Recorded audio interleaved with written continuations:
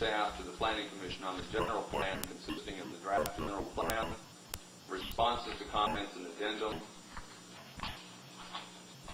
and a list of reference documents for preparation of the general plan. And that is the administrative record that we have just introduced. I think to properly understand what the general plan is, we should show it to you. The general plan consists of this draft general plan, which you've received in gray cover, and we ran out of, and some people may have in hand Xerox form.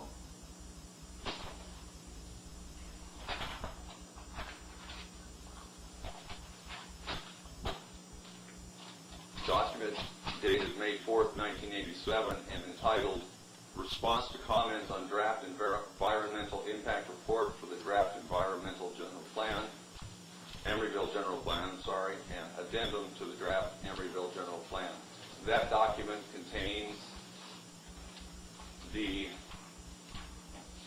summary transcript of the public hearings that I mentioned with the Planning Commission.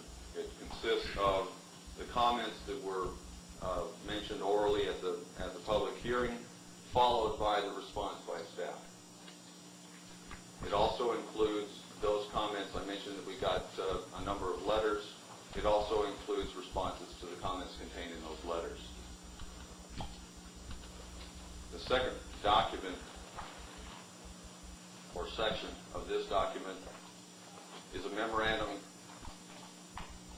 of approximately 10 pages entitled Response to Comments Regarding Cumulative Impacts. You may recall that approximately a year ago, maybe a little less, an issue arose as to the treatment of Santa Fe Pacific Real Estate Corporation's current application for a general plan amendment. And it was decided by you that the way to handle that was to respond to it only in the sense of a cumulative impact since that application was on the boards. This section, response to comments regarding cumulative impacts, addresses that decision on your part. Finally, the third section of this addendum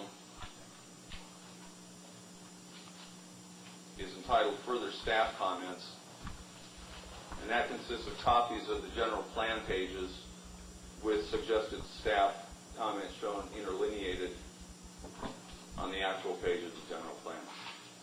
So that also is part of the general plan that we are asking you, or we are proposing to you tonight. Madam Mayor, just for the record, we can get a legal opinion from Mark. Let's go back to 1983 when we had the referendum, and there was nothing to be addressed regarding the amendment to the redevelopment plan, and that would have taken care of a year and should not have begun until 1985. Would that have an effect upon the submission of this plan?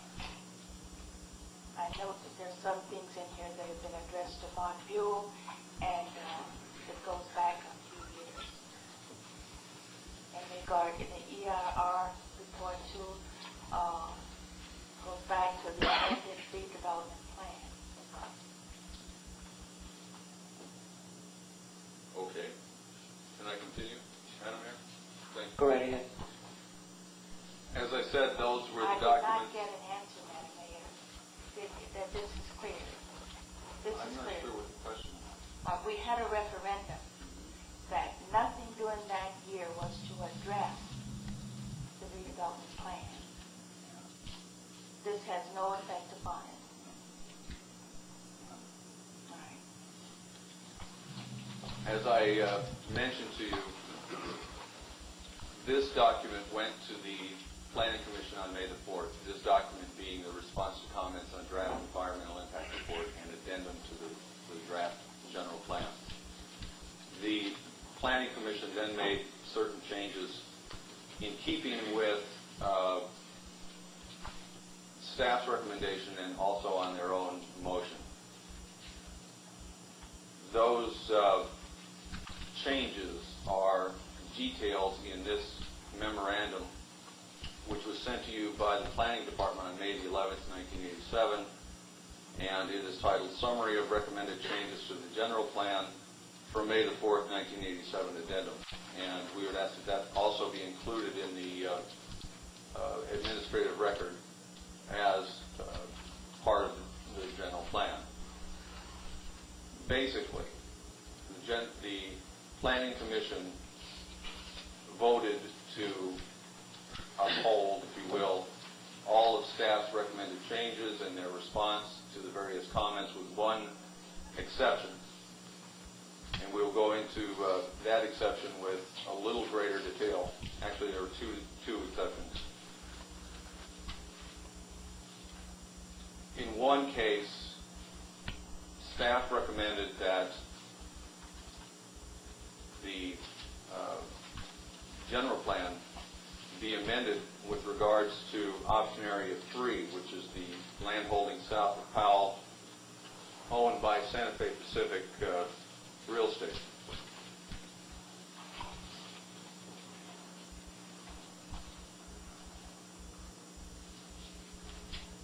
Staff recommended changing that, the section of the land use portion of the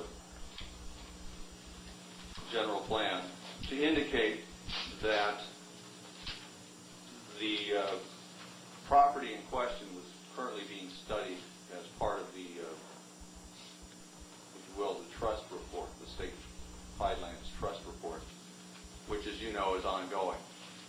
Staff recommended a change to indicate that coming out of that report, we will perhaps need to make some further studies and proceed on the basis of what we learn in those studies. And the public trust report may indicate which direction, if you will, those further studies ought to take. The Planning Commission asked that a sentence be added to indicate that the present use designated by the existing general plan would remain the same. So that is one change over and above staff's recommendations that the Planning Commission made. The other change that the Planning Commission made, which was slightly contrary to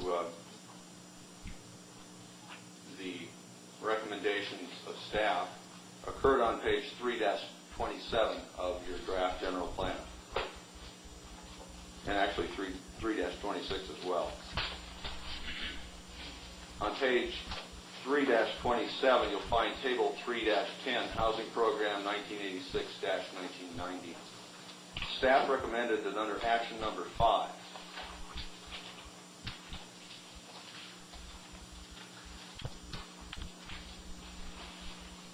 the word require, the first word in that paragraph, be changed to read encourage.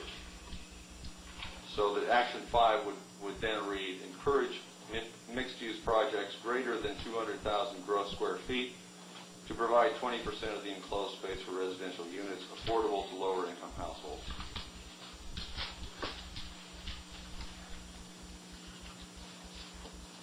Over on page 3-26, in that large paragraph in the middle of the page, it starts, given the present absence. In the fourth line that begins local initiative, period, staff recommended that the next sentence be amended. The next sentence starts out, the city shall, and continues, use table 3-10 as its program document. Staff recommended that the word shall be changed to should. The Planning Commission adopted, as they adopted the general plan, adopted in such a way that the word shall there on page 3-26 remains shall. They left the required word require in action number 5, deleted the words affordable to lower income households in action number 5, and then took that entire section, over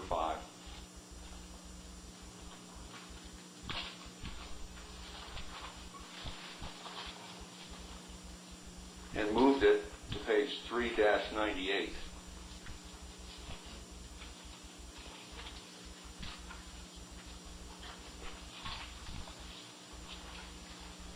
Up at the top of the page, you'll see the words mixed use and underlined. Underneath that, you'll find a policy number 22. And the Planning Commission then put down that same statement that we were just looking at on page 3-27 and included that in policy number 22. Those were the differences between the staff recommendations and where the Planning Commission eventually wound up.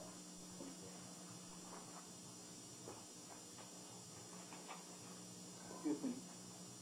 What was the change on page 3-27, section 5, reference to lower-income households? That was the reference to the last line of action number 5 was deleted. Okay, but it was... The remainder of action number 5, staff recommended the change that the word required be changed to encourage. Right. And that was all. But you said you made a reference to the line affordable to lower-income households. That was deleted by the Planning Commission when they moved it over to mixed use policy number 22.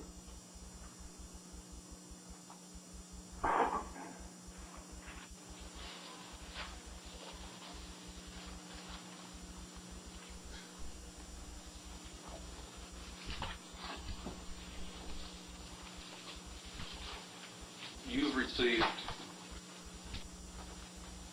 2 staff reports on this draft general plan. You got one that was dated May 11th from my office when we thought we were going on the May 19th agenda, and you got another follow-up memorandum which intended to clarify that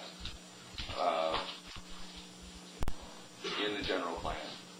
And if the issue that is being changed by the City Council was not considered by the Planning Commission.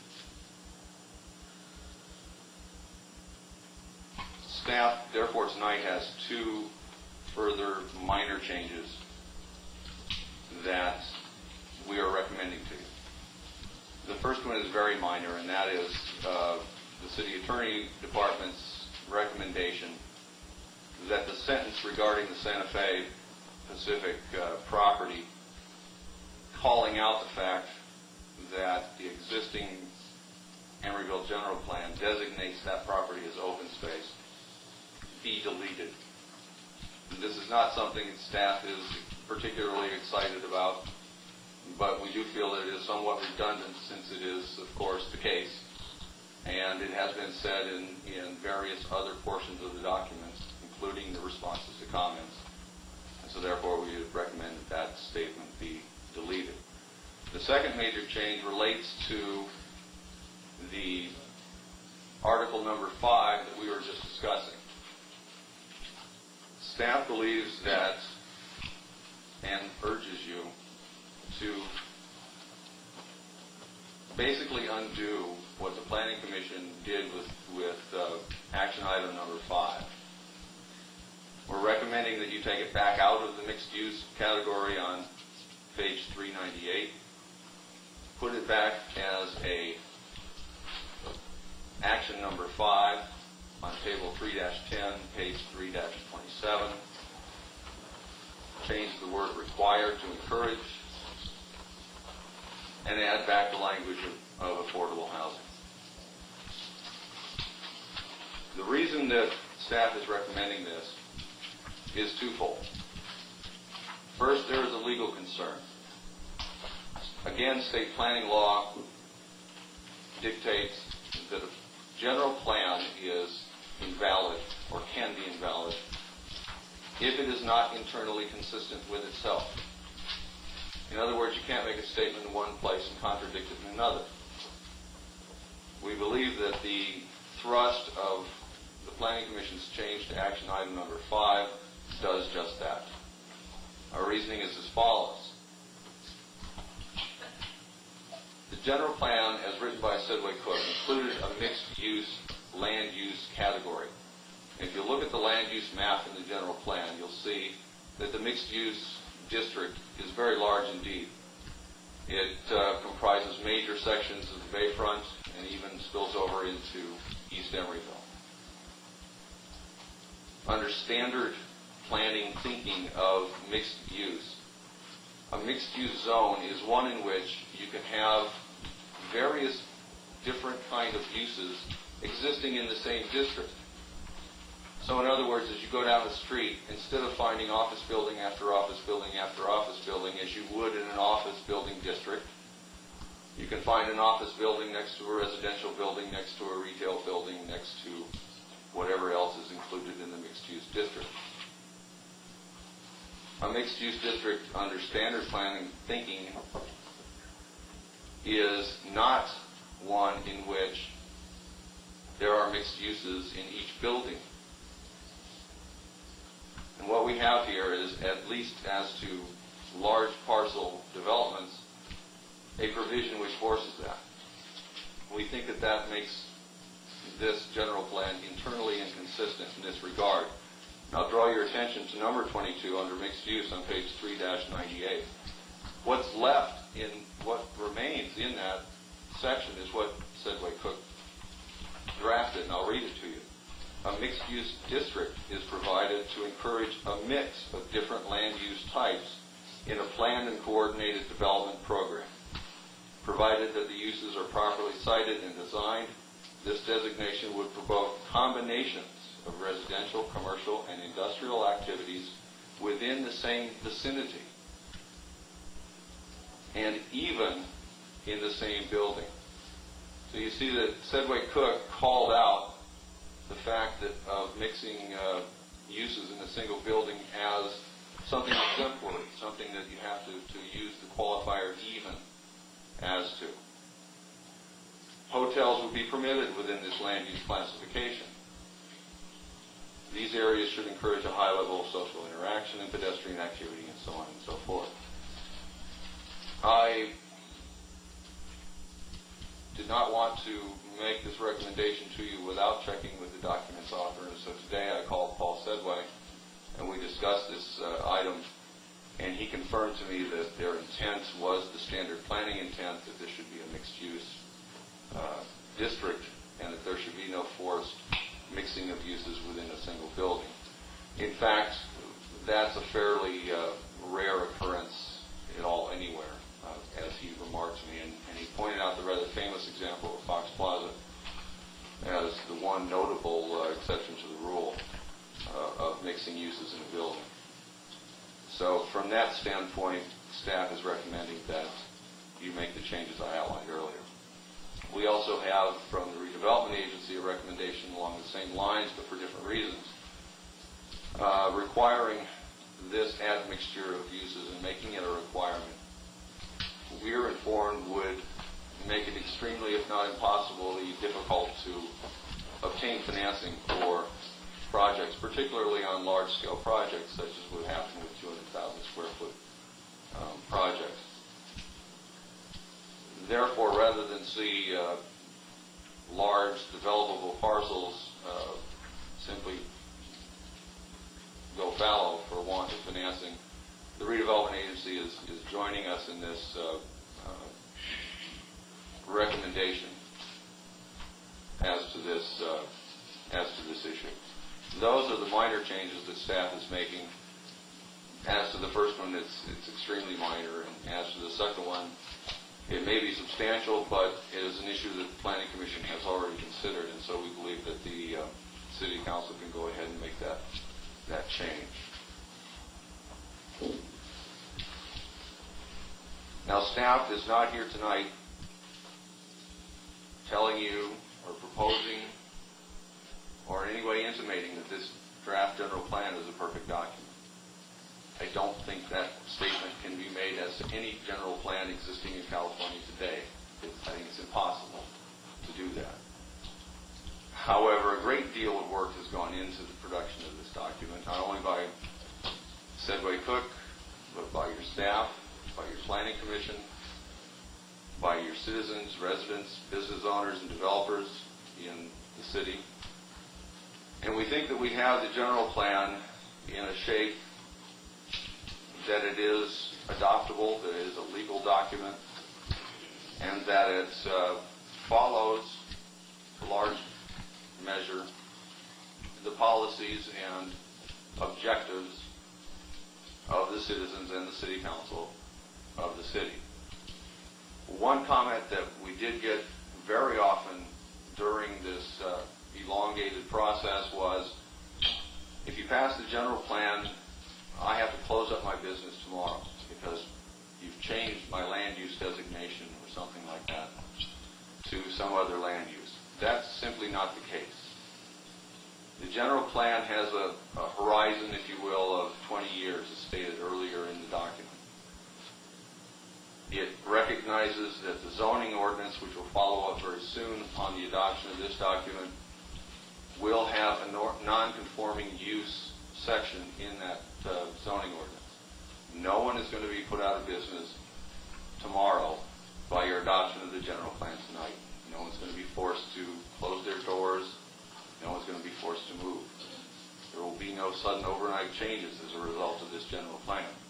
In fact, the general plan relies on a whole substrata of implementing documents, such as the zoning plan, the zoning ordinance, redevelopment plans, sign ordinances, and so forth, in order to implement the policies and objectives that are stated in the general plan. Those will, as I've mentioned, be coming along very shortly. Those also will receive a great deal of public scrutiny through the public hearing process, will work their way up through the Planning Commission to you, and those are the documents, as I said, that will implement the general plan. And so no one will, or I think, can truthfully claim that they will be surprised or that they have not had a chance to participate in the process. The general plan that we are proposing to you tonight is by far and away a better document than your existing general plan. No one has laid a finger on your existing general plan for 8 years, and in regards to major portions of the existing general plan, no one has touched it for upwards of 12 years.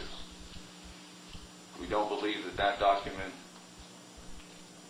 any longer reflects the current policies and objectives of the City Council or the citizens of Emeryville, nor do we think that it accurately reflects the existing state of the city, since much has happened in Emeryville in the last 8 to 12 years.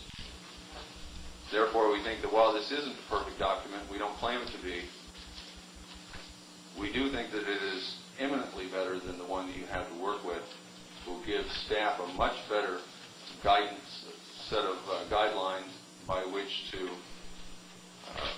operate their duties, and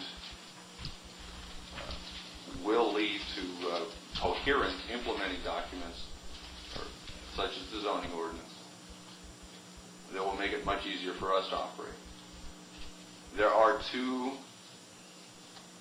issues that have come out of the public hearing process that we would like to work on immediately. Those issues are Bay Street south of Powell and the Judson Steele and Yerba-Buena Avenue sites. It is staff's conclusion that the general plan does not adequately deal with those issues, and that we would therefore propose this draft general plan for your adoption with the understanding that staff will begin work immediately on amendments to the general plan to indicate an alternative alignment of Bay Street south of Powell. And right at the moment, we're thinking of aligning it along Shellmound, existing Shellmound. And an amendment that would place a research and development land use alternative on the Judson Steele site and the Yerba-Buena Avenue property. You cannot include those tonight because those are significant issues, and those are issues that the Planning Commission did not consider. So therefore, the law prevents you from doing that. These also will have to have some sort of environmental review. We've not done any yet, and indeed it may be that the numbers don't change, and so we can get away with a neg deck or a mitigated neg deck. We don't know. We think, though, that we can bring these two amendments to you within a period of 6 months. And in that regard, I might mention to you that state planning law allows you to amend your general plan 4 times a year. In fact, the state law contemplates that the general plan should be amended on a fairly regular basis to keep it current with contemporary thinking and contemporary events. So therefore, again, we would recommend your adoption of this general plan tonight, but on the understanding that staff bring those 2 amendments to you as soon as possible. That concludes our staff presentation. Thank you. Speaker Chris Owen. Madam Mayor, this is a public hearing, so you should open the public hearing first. That is right. Public hearing is now open. Thank you for reminding me. So we're going to start this meeting or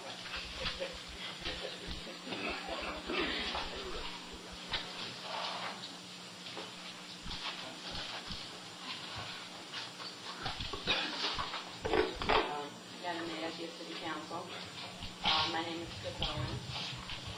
I am a little bit more confused now than I was when I wrote my speech before I came here tonight. And I sort of believe that this applies to a lot of people in the audience, and possibly even some of you.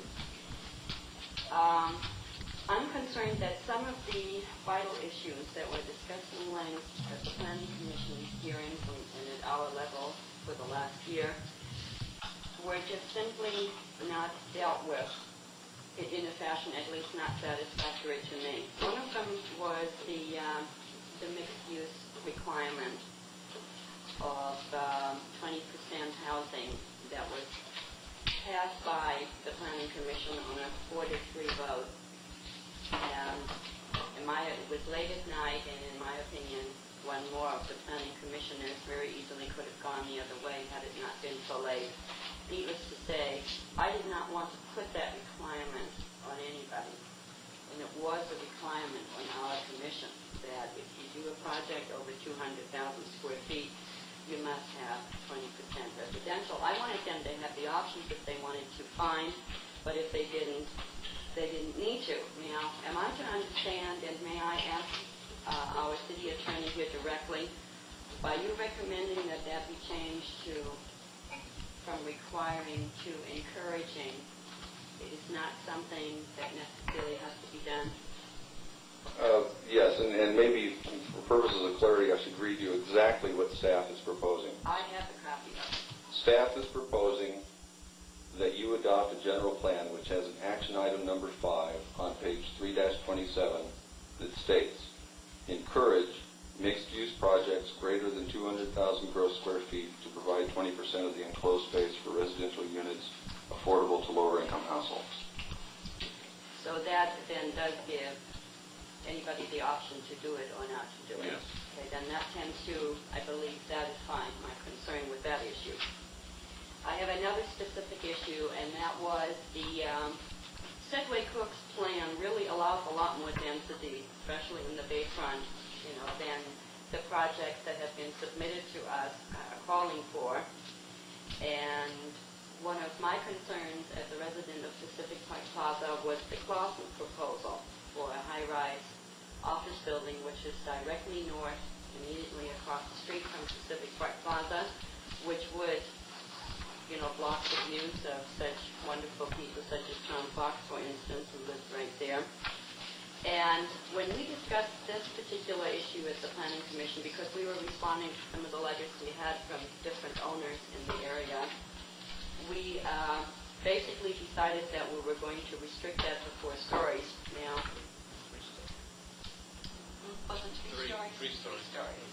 Okay, and we even had that approved. Now, I don't see that particular issue dealt with anywhere, and with the density, such as it is allowed now in the general plan, I have been told, and I don't know, maybe my sources of information are not correct, so I am relying on you, Mr. Doan, to correct me, that if Mr. Carlson decides to submit his project to the Planning Commission, and we decide to turn 10 stories, 12 stories, whatever, which is in accordance with the densities allowed in the general plan, and we decide to turn him down, he then has the right to sue the city. Is that correct? That is the concern I have. I'm sorry, was the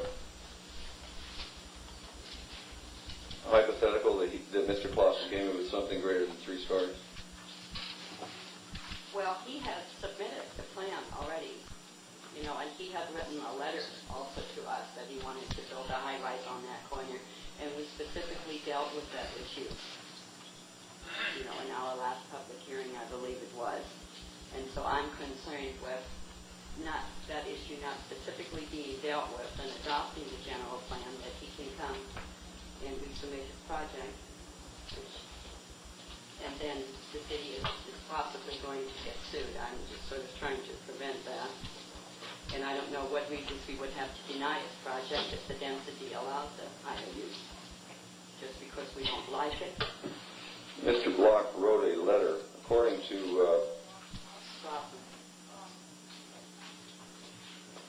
this document, the addendum to the general plan. Mr. Clausen wrote a letter on this issue, in which he objected to the limit of 3 stories on his height. Staff's response was that pursuant to the step-down effect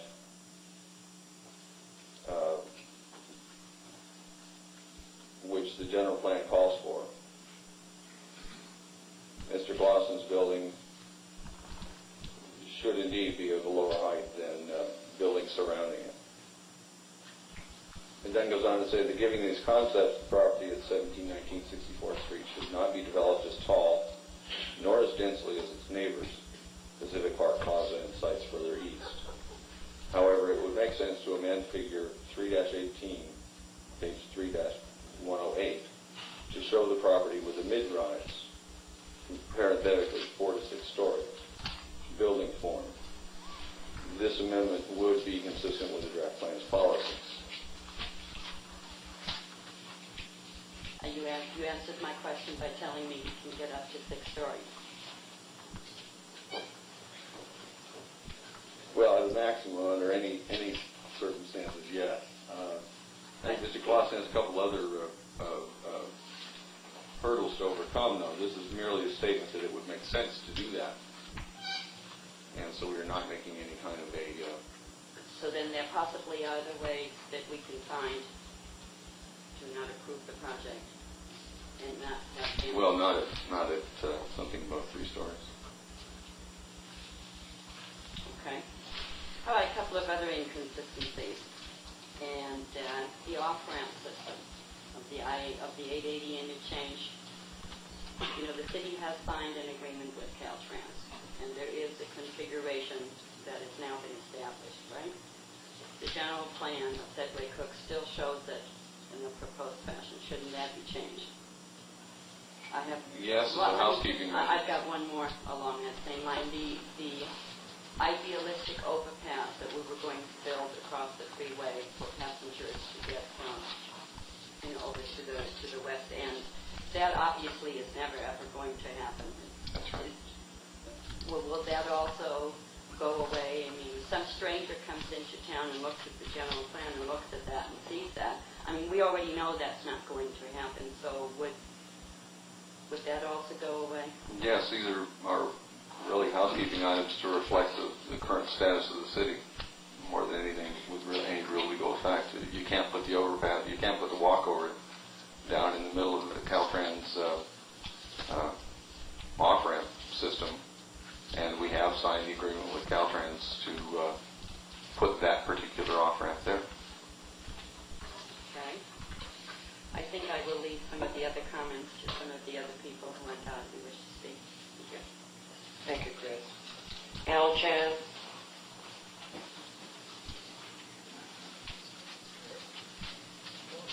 Madam Mayor, can I just pass a letter that I wrote to the council? Yes.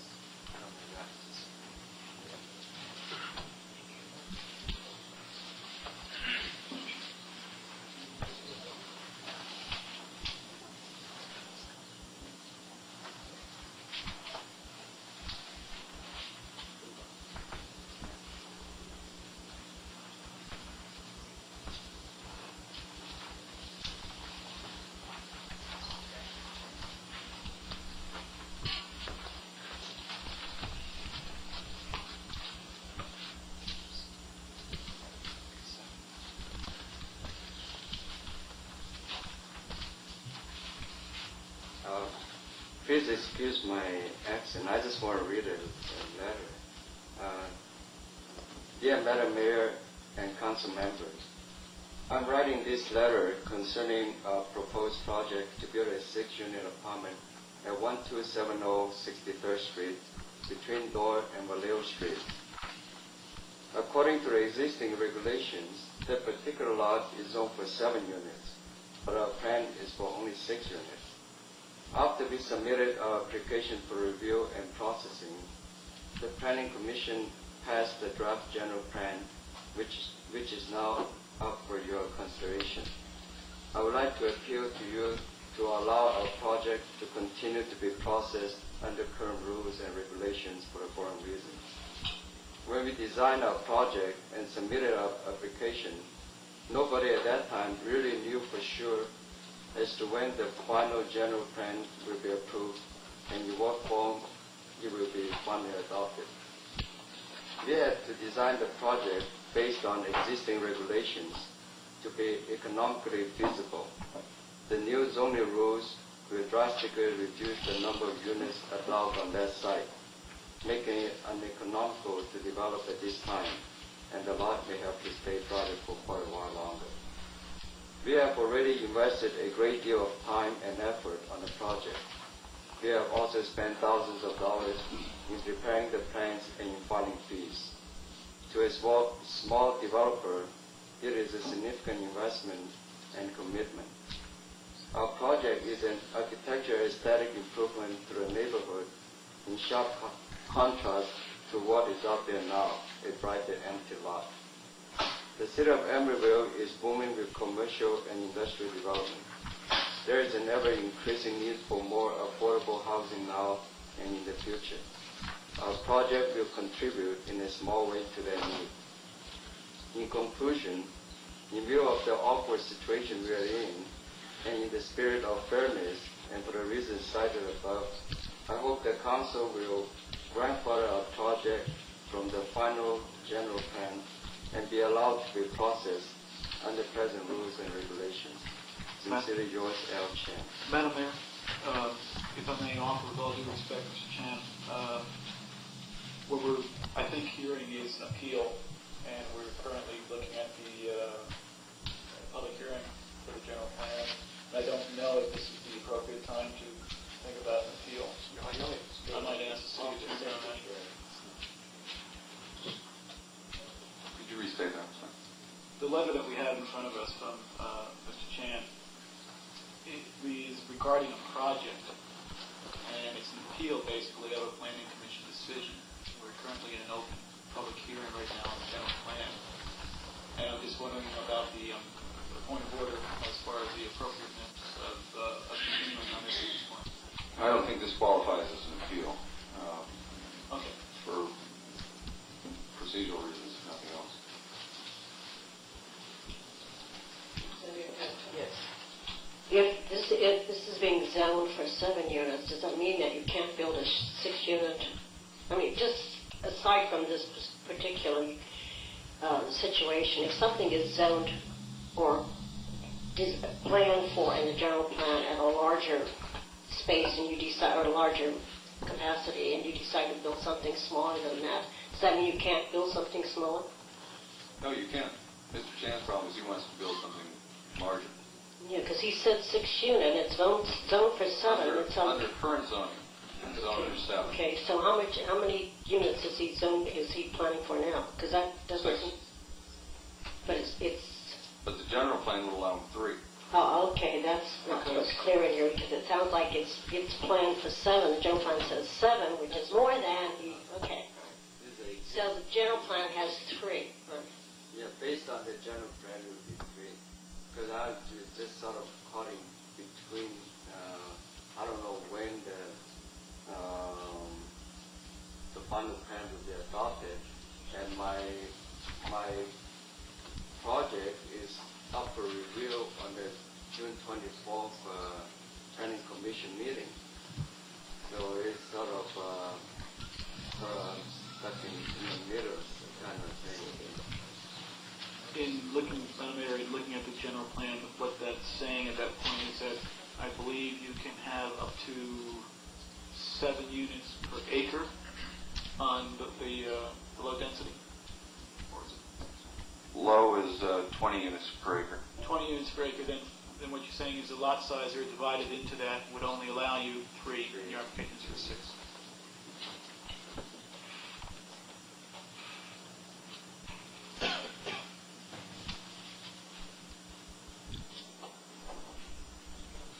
Any further comments? Oh, I have another question. So what is his prerogative? What can he do now? Does he wait until the general plan, or wait till the June 24th meeting? And I don't want to advise Mr. Chan. okay. That's not my position, but one thing that does present itself as an alternative is to wait for the zoning ordinance to be passed. The zoning ordinance will contain variance provisions. Perhaps Mr. Chan could avail himself of those. You may want to express some sort of a refund of his fees if that doesn't turn out. It's my understanding Mr. Chan hasn't gone really that far in the process, so he's not out of pocket an extraordinary amount at this point. But if the council wished, we could return his fees if his variance was unsuccessful. That's one alternative out of True. Excuse me, Mr. Chen, how much have you paid currently in fees to the city? I believe it was $300 or $400. But I spent a few $1,000 drawing up the plans that I submitted for review, and there's a time lag in between. I submitted my plans on the 1st, but it won't be due for hearing until June 24th. In the meantime, the planning commission passed the general plan, and I don't know when you will pass the general plan, and so I'm sort of in between kind of thing. Yeah.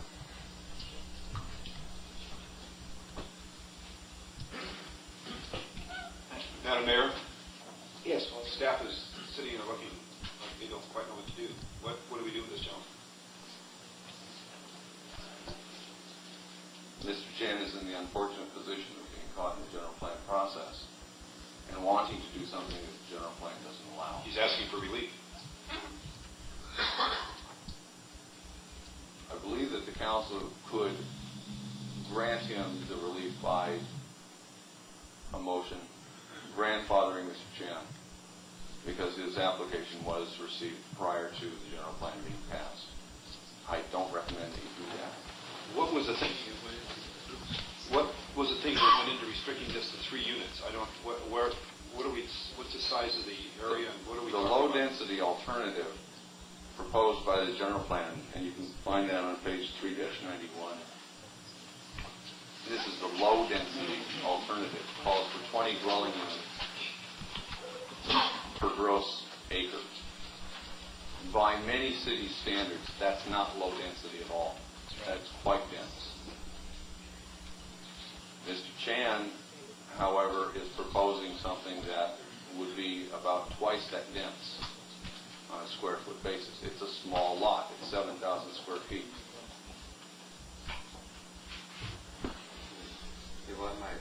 May I ask you a couple of questions, Mr. Chan, about your project? How many stories is it? 2 stories. And how many? 2 stories. It'll be 6 units. Is it 2 stories above parking? No. The parking will be on the front with a buffer, landscape buffer area that will buffer off from the street.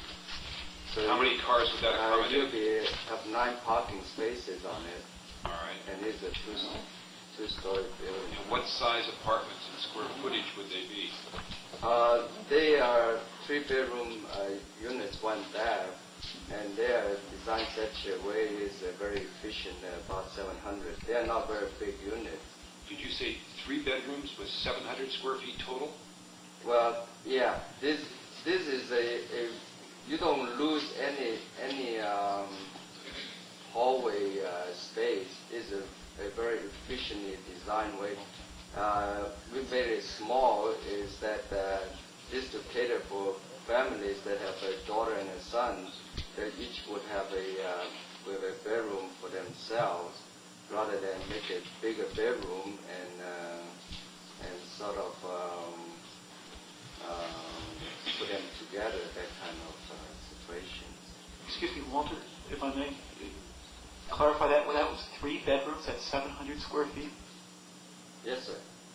But they all meet the requirements of the Uniform Building Code. Yeah. The bedrooms are not very big in the sense that we figure for a kid in a bedroom, whether you put them in a 100 square foot room or you put them in a 200 square foot room, If I may, Madam Mayor, let me just ask, I'm curious because...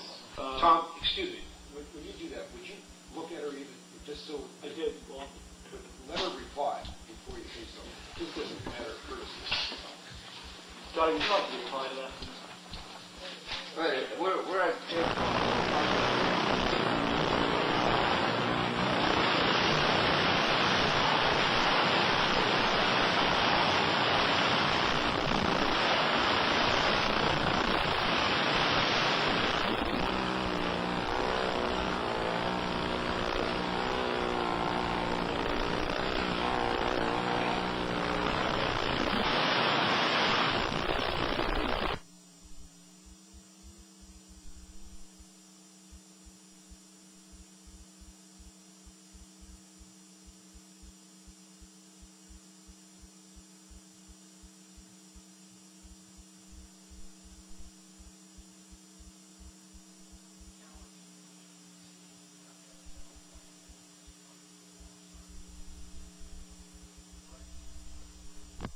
is that by this council saying that, yes, we will allow Santa Fe's project or its mythical project to be thrown into the general plan, is really, in a sense, sub silencio, saying that, yes, we give some sort of tacit approval to that project, despite the fact that, as I said before, 1,000 Emeryville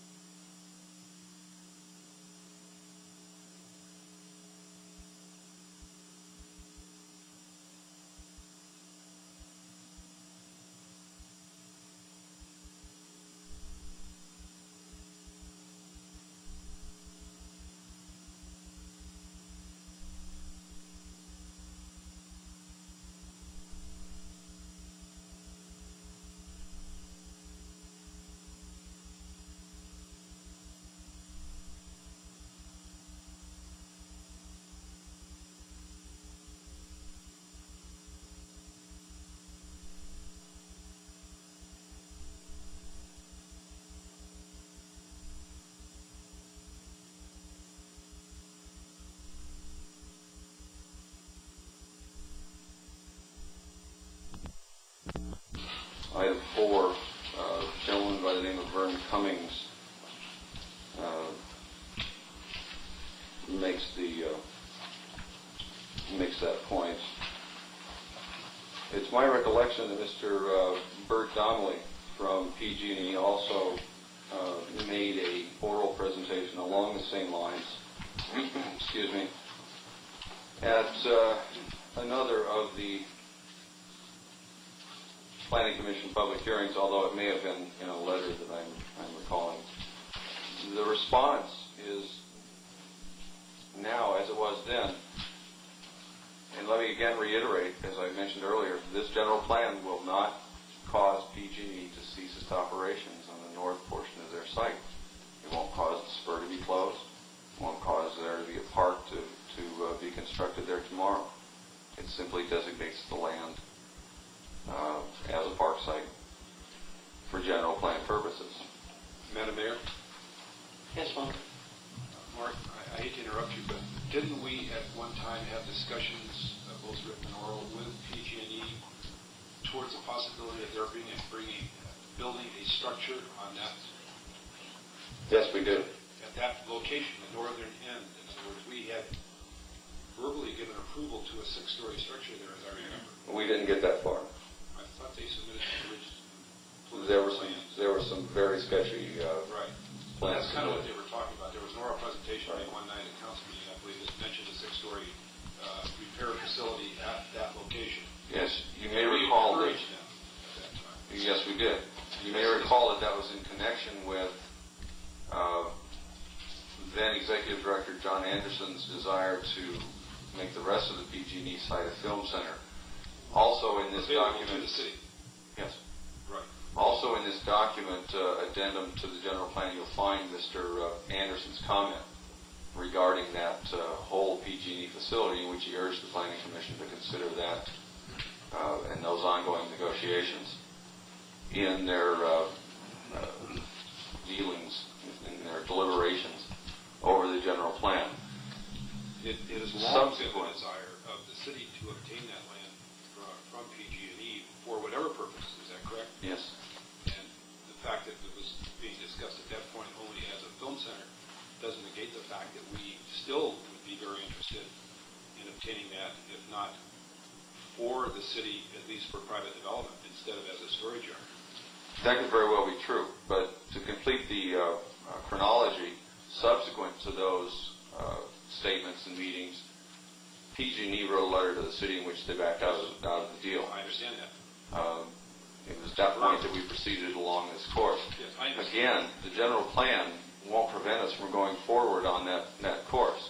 Ultimately, the general plan will have to be, if that's the policy of the city, and it is expressed to staff, and we will pursue that policy with an appropriate amendment to the general plan and to any existing zoning and other provisions. But in the meantime, we'll proceed and leave that as it's designated now as what? Open space. Open space park. Yes. That's, well, okay. Hans, I wonder if I could address responsible for Mr. Dillon's comment. Mr. Dillon's comment. Yes. What we're concerned about is if the open space designation is left there. Normally, what's going to happen next is that you mentioned that your implementation tools are then put in place, which means the zoning code has to be consistent with your general plan. Normally, light industrial uses are not consistent with open space uses. What we're concerned about is that our facility would be considered a non-conforming use in your new zoning code, which would include any kind of modifications, minor expansions, minor alterations to the facility. And so I really take issue with the comment that the open space designation would have no impact on our current operations. Question. What dollar amount would trigger that? Walter, could you address yourself through the mayor, please?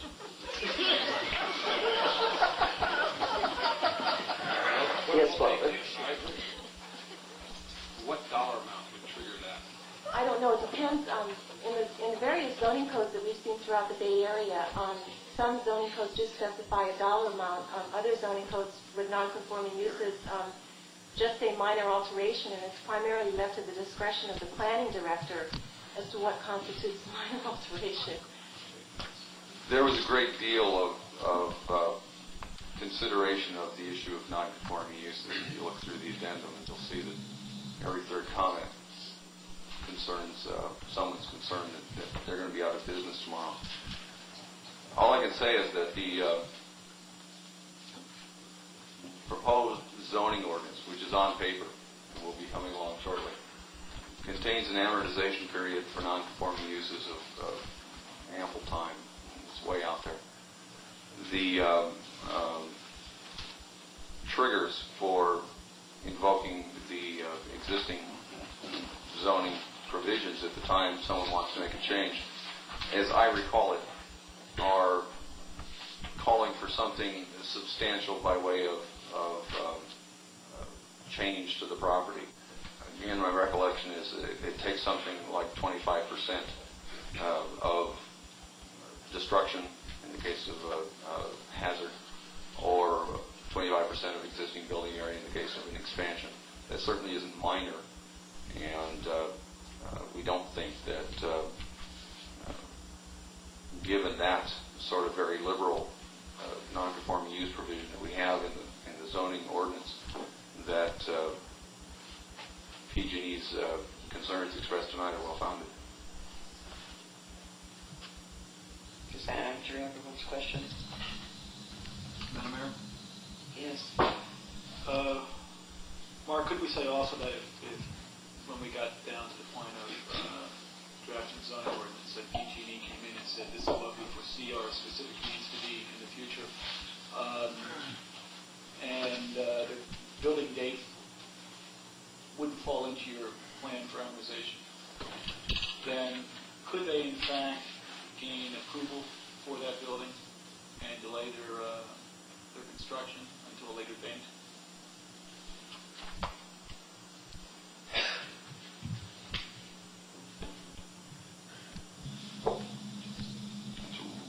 It's a broad hypothetical, that's why I'm pausing. I think that PG&E moves in a rather deliberate fashion. Certainly they will be able to see their future needs well out on the horizon, so that they can make whatever requests for changes that they feel are in their best corporate interest.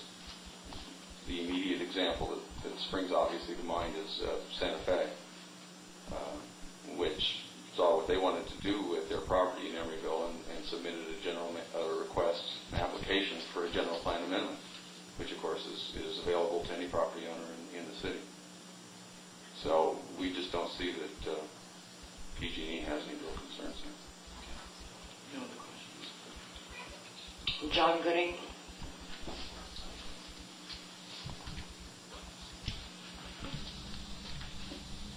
Madam Mayor, members of council, John Gooding from Pacific Park Plaza. I've lived in Emeryville about 3 years, and this is only the second council meeting I've attended, although I've watched many of them on cable. This is the first time I've spoken. One of my concerns, just as a citizen, is that when I was aware of the fact just a few weeks ago that the general plan was going to be considered for a vote tonight,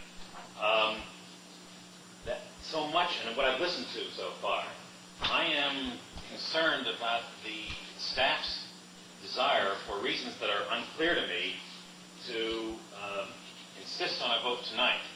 This is something, the process, as has been pointed out, has been a long, arduous process, certainly comprehensive, allowing for a lot of input and a lot of consideration over almost 3 years. At the same time, a great deal has changed in Emeryville, as you, better than anyone else, is aware. A great deal has changed in the last year. And just listening tonight, as Mark Doan was reiterating the presentation of the sort of final plan to you good people, which then was a few days later attached to the staff report recommending some changes, and then a few more changes at another later date, both of which are within less than 30 days, certainly less than a month, the first one having been made on May 11th. Tonight, we already hear that the staff, that Mr. Johnson and Mr. Doan are suggesting two changes to what has been approved by the Planning Commission, and that was obviously the Planning Commission's report was with some controversy and some substantial difference of opinion. And at the same time, I hear tonight that there are two other amendments that are being suggested that are substantial ones that will require some real consideration. We haven't even adopted the general plan yet. It's being submitted to you tonight for your consideration. When Chris Owens, who was on the Planning Commission, speaks, I hear, well, that's a housekeeping measure that can be dealt with, and that's another housekeeping measure.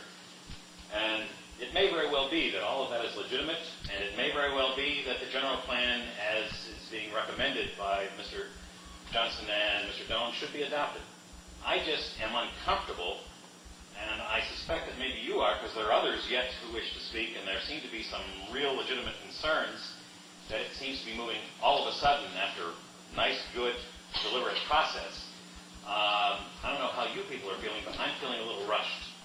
And I'm just suggesting that there are a good many of us in the community who wouldn't object if a little more consideration were given and a little more time were addressed to this by you, unless there is some overriding need for it to be adopted tonight. Thank you, Mr. Gooding. Greg Harper.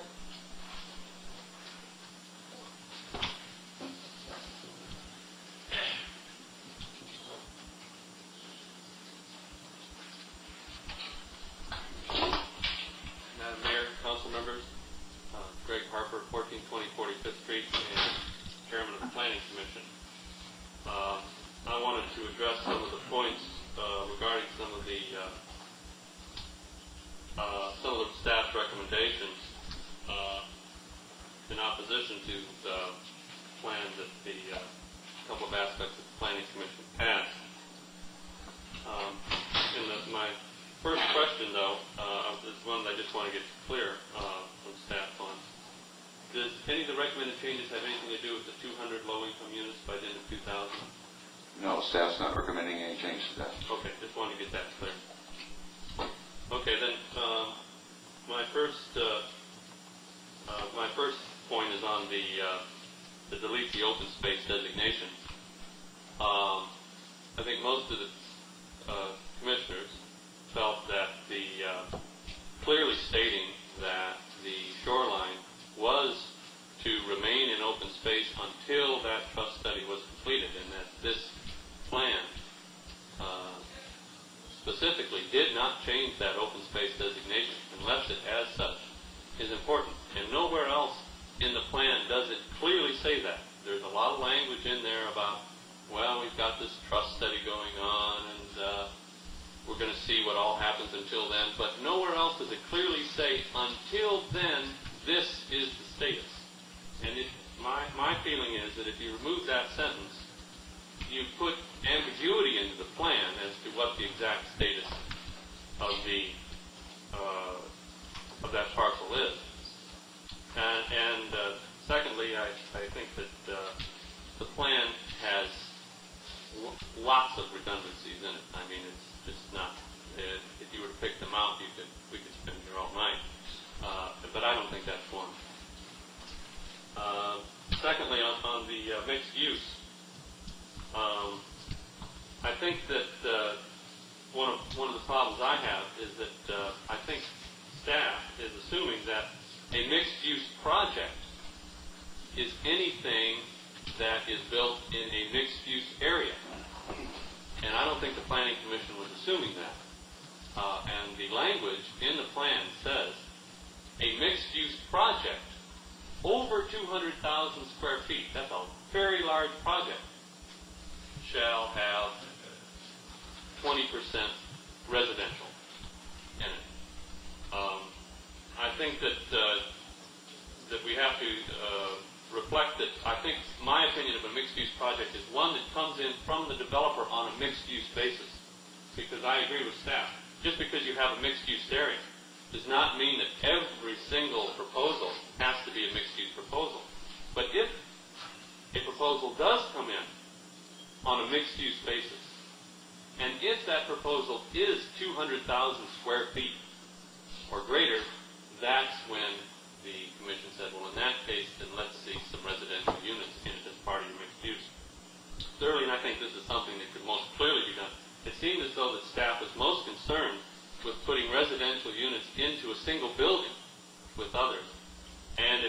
case, then I suggest you simply, if that's the only concern that they have with this requirement, it can be alleviated by just adding the language, unless the project is contained within one building. Because our intention was that that this would be used mostly in multi-building projects and not single-building projects. So if you want to exempt those, then you might do that. But I think the requirement itself should stay for most cases. And I disagree with the previous speaker. As he said, he's a little bit new to this, but there are a lot of us here that have been through this all 4 years, and it's a long, long time. And the plan has been out in front of us for a year in book form, and I think that everybody's looked at it a long time, and it's time to do the thing. And on the Planning Commission, we need some guidance, and we need it very quickly because these projects are coming in, and I think we can still afford to wait too long. Thank you. Thank you, Mr. Murphy. Madam Mayor? Yes. On the point of the open space sentence, I probably didn't state it strongly enough. That is a very minor change in our estimation, and we're not going to defend that to the death. On the mixed-use project, our recommendation remains the same because we think that the word encourage will give us the flexibility to try to get that where all the factors that go into producing a mixed-use project coalesce and make it possible. Whereas to make it a requirement, and then we think that if those conditions don't come together at the right time and place, that we won't have projects on some of the bigger sites. Or you'll find developers trying to get around the requirement by subdividing properties to get under 200,000 square feet and things like that. So our recommendation remains the same. Thank you, Mr. Dunn. Yes. As long as you're responding, Mark, would you respond to the comments by Mr. Gooden about why do we need to do this so fast? Because I think there are some really important reasons which the staff has outlined to us, and the Planning Commission chair has made some comments about that, and I think it would be good to respond to that. Again, I'm sure that you read it. In fact, I know you did in your original presentation. The comment that Mr. Gooden made is one that we hear often when we're right on the verge of passing a very large document like a redevelopment plan, a general plan. Particularly when it's taken a lot of time, because the argument presents itself rather easily. We've taken so much time to get here, why not take a little more time? My impression of that argument is that it could just as easily go the other way. And that we have taken the amount of time that we have, and that we've gotten the public input that we have, indicates to staff that the document is ready to go. And that there is a slight emotional or psychological barrier that we have to push through to actually adopt the plan that we've all worked on for 3 years now. I think the comment as to the housekeeping measures is very apt because it indicates that the longer that we do wait, then the longer the city is going to change. And there's going to be more of those housekeeping items that we're going to have to go along and change to reflect current conditions. So I think that militates more in favor of passing the general plan quickly than it does against. Finally, strictly from a legal standpoint, I am concerned that the legal status of the existing general plan, without going into a great deal of detail, it is an extremely ancient instrument by general planning standards. It certainly doesn't reflect Emeryville as it is. And I don't think, knowing your policies and after hearing the citizens and business people of Emeryville over the last 3 years, knowing their policies, I don't think the existing general plan accurately reflects those policies and concerns. And so therefore, that's why staff is recommending that you pass the general plan as soon as possible. I know I have had several calls. People are even talking to different citizens, asking, what is the hurry? has us a hurry, since we've been on this for several years now. And they just don't, it's new to them evidently, or they're just getting into it. Madam Mayor, I honestly would have real trouble with someone maintaining that this document is new to them, unless they came into town in the last week or two. Thank you. Bruce Walker? Madam Mayor, if I may, just one second, Bruce. Mark, I had one more question. What would be since we have waited this long, the idea that people have presented is that if we wait a little bit longer, the reason being for waiting is that we can go ahead and clean up some of these inconsistencies which have been brought to light, and that staff is proposing to be changed through an amendment process subsequent to our passing this. What would be the effect of incorporating these changes now in the plan and then passing it as a modified plan? Do you have specific changes in mind? Well, let's start with the ones that the staff is recommending. Adding the R&D classification to the Judson Steel site, also the Bay Street and Shell Mountain Street alteration to the general plan.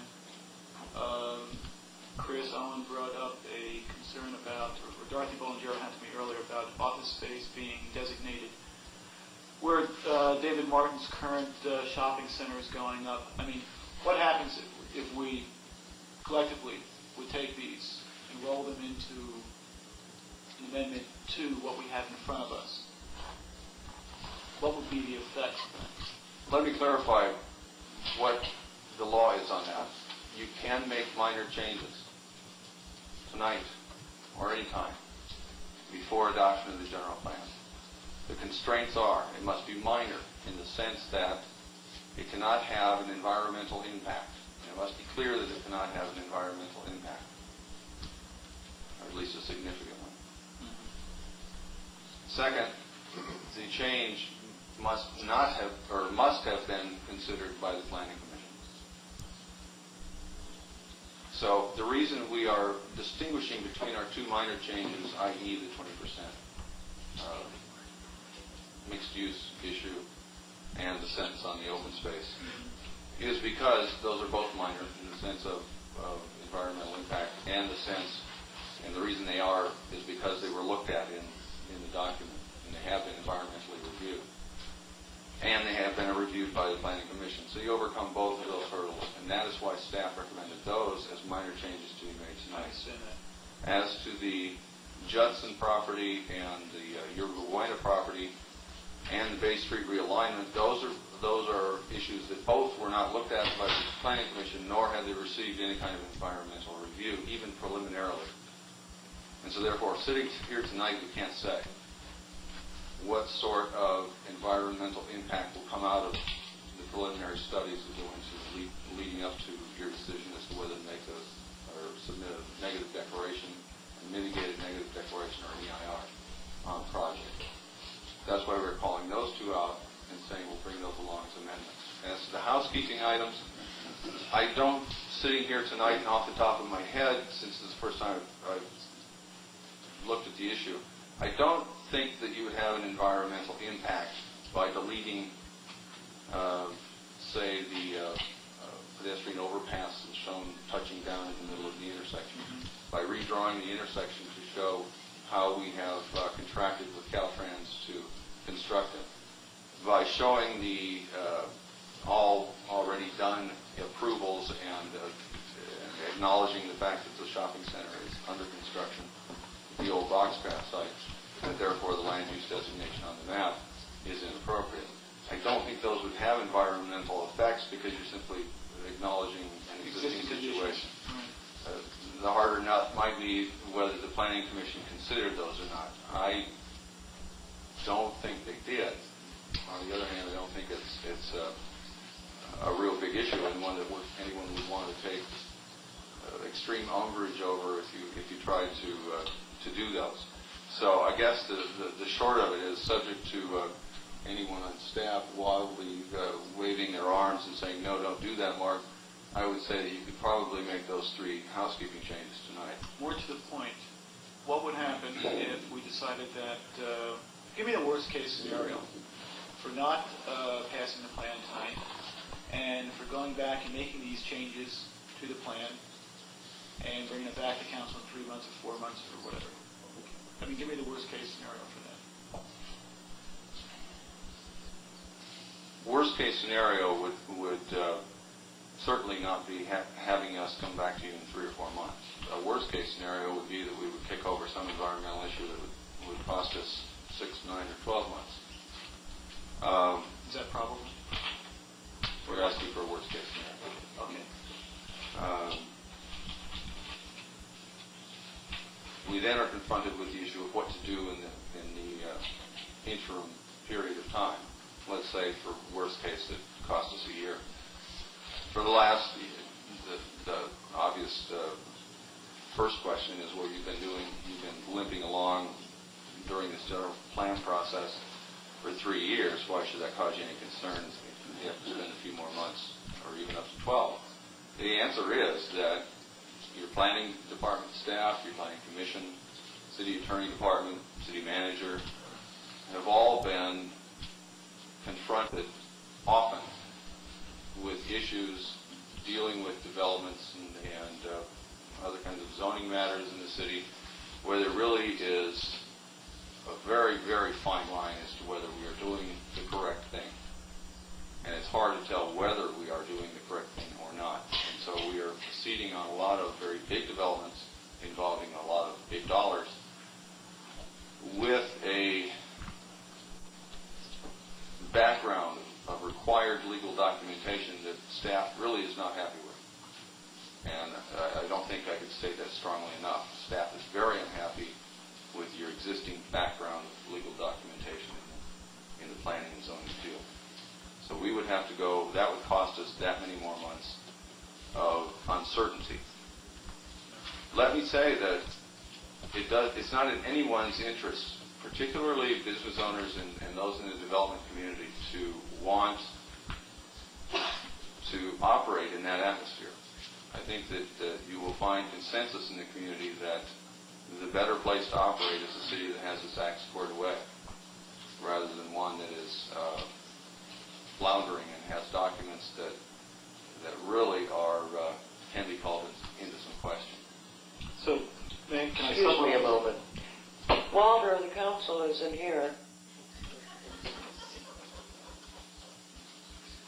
Excuse me, Mark, if I may summarize, then what you're...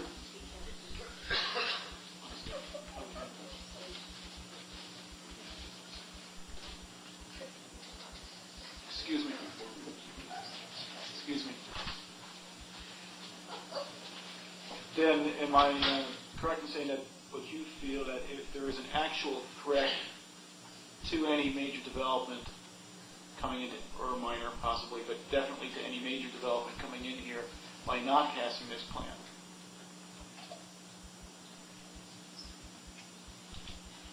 I think that the smart money will come into a city and will investigate what the legal documentation is in that city. And that's one of the factors that go into assessing the development risk in the city. And one way to attract a high-quality development community to come into your city and risk their capital to develop property is a set of legal documents that give them the assurance, or at least go the greater measure of giving them the assurance that the approvals that they get from the city are worth the paper that they're written. And so I think that it behooves everyone to have this general plan passed and on the books just as fast as possible.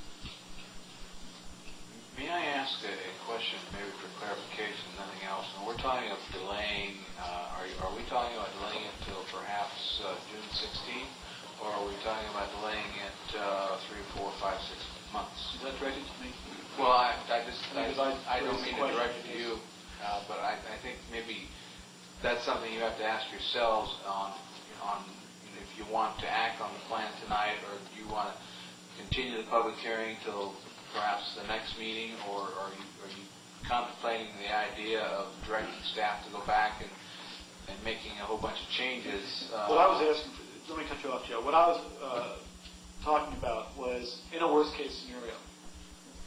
If we said, let's not do an amendment process, let's send this back to the planning commission or whatever, let's get this thing ironed out exactly the way we want it, and then pass it. If we did that, that's what I was asking for. I wasn't saying that, I wasn't recommending that we table it next week or something like that. I was just asking for impact. I think the city attorney would probably agree. You're looking at, in order to do that, you're looking at starting in effect all over because of the environmental documentation that would be required. So you're looking at 6 to 8 months. Are you starting review of the entire plan over again, or are you starting review by all the different agencies in those time frames that they have to make responses? Perhaps Gary Lane might address that. If an EIR is required, you have to circulate it for comment. So all the agencies come back into the picture and we go. So you have a mini process of what we've been through in the last 3 years. Okay, thanks. Madam Mayor, Yes. do you want to have the final speaker, or can I speak now, or what? You want to speak? Speak. It's up to you. Is there anybody from Segway Cook here tonight, just out of curiosity? Paul Sedway, in my conversation with him today, asked me whether he thought it would be helpful to have him here. And in assessing that, I asked him how much it would cost. And after hearing, I said, well, Paul, maybe if something comes up, we can shoot the letter. They've lost the pride of authorship. Yeah, I suppose so. How much have we spent on that plan with Segway Cook, just on round dollars? Well, Many about dollars? a mill, right? No. Not that much? And what we're really faced with now is that I think everybody admits what we have right now is a very poor document, at best. No, I don't think we would characterize it that poorly on the staff level. Let me make my own characterization. I will consider it a poor document. I just really don't like it because there's so many ambiguities in it and so many mistakes that what we're really doing is you're asking us to pass, you and I have had private conversations concerning this, a faulted document with the idea that you as staff are going to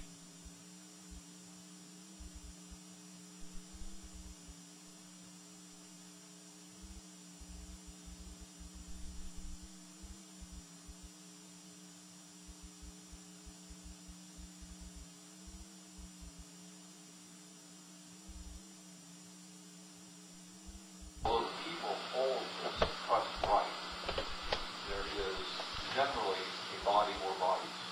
A guideline. And by its very nature, it has to have a horizon out something greater than a year or two.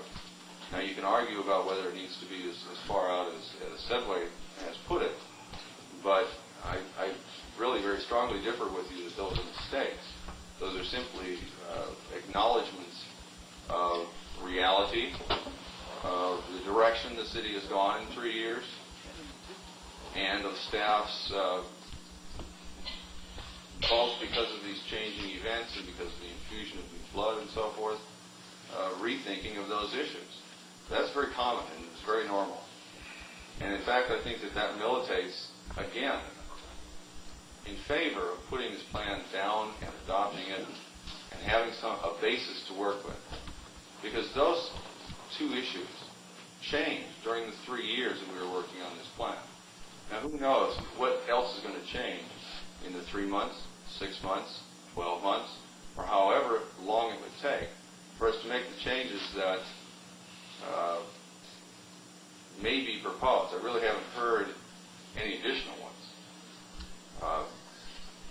So again, our response is, no, it's not a perfect document. It's far from being a poor document. If I had to rank it with the other general plans I've seen from other cities, I'd call it a mediocre document. What will be the plan? If we pass this tonight, what action will you then embark upon to correct the document that we passed? The 3 housekeeping items that we've identified tonight, the 2 amendments that we identified in the May 11th staff report.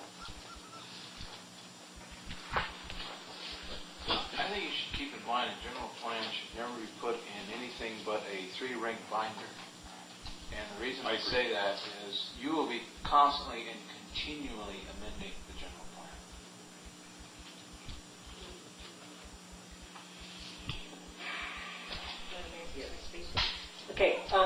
ask Mr. Dillon, what is the term of this general plan? I somewhere in my memory have 20 years. Is it an overall 20-year plan that can be extended beyond that? That's what Sedway tells us in the first chapter, is that they designed this as a 20-year document. Again, you can argue with whether that's true or not, or whether that's appropriate or not. It's valid from the day it's adopted, and theoretically could stay valid forever.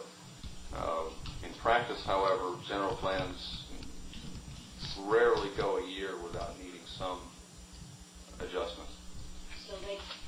So as you say, we can amend them up to 4 times a year. Right. Okay. As long as we're making comments, and one of the things that I think is really, or several of the things I think are really important about adopting this general plan, we've been fooling around with it. It should have been 2 years. Now it's about 3, I guess, altogether. And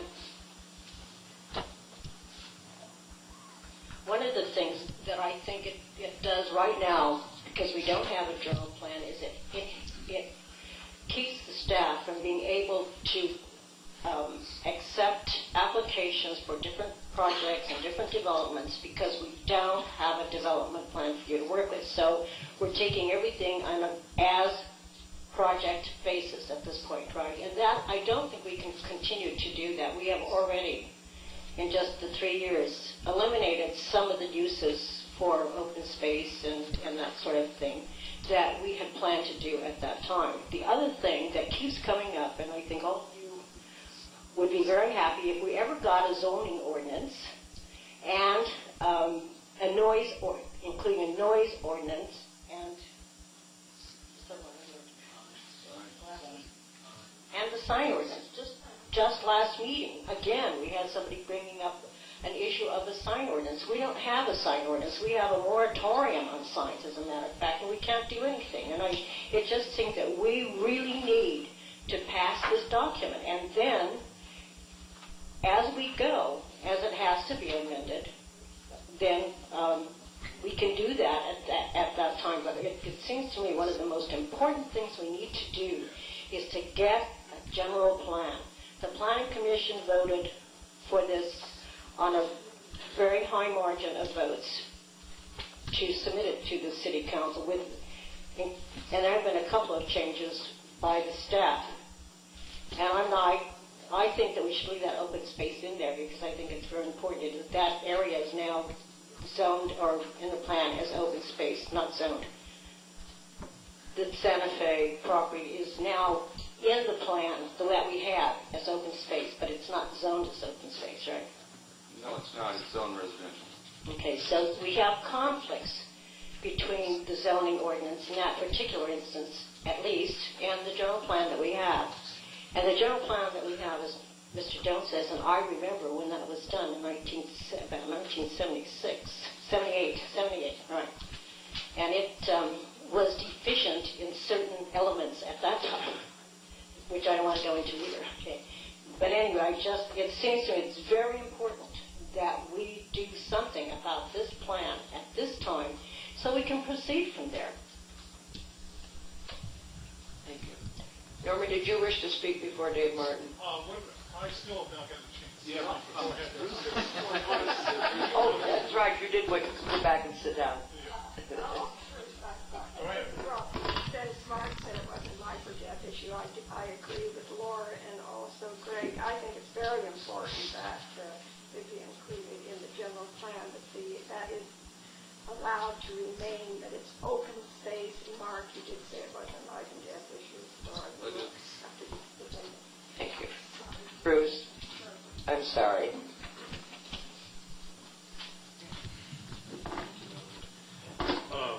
Well, I'm addressing the issue that Norma just addressed, Laura's just addressed, and that is the land south of Powell Street. And I would just like to remind the council, first of all, we all know that the current designation in the current general plan is designated as open space, and I would like to urge the council to uphold that designation in the new plan.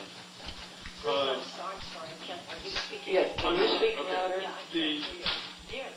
Under the current existing general plan, the land south of Powell Street, the Santa Fe land, is designated as open space. I would like urge the council to maintain that designation. It sounds like if it's not really a problem with staff, although they've recommended that you hold it aside for some reason, I am urging that you don't hold it aside and that you do maintain it as open space in the new general plan.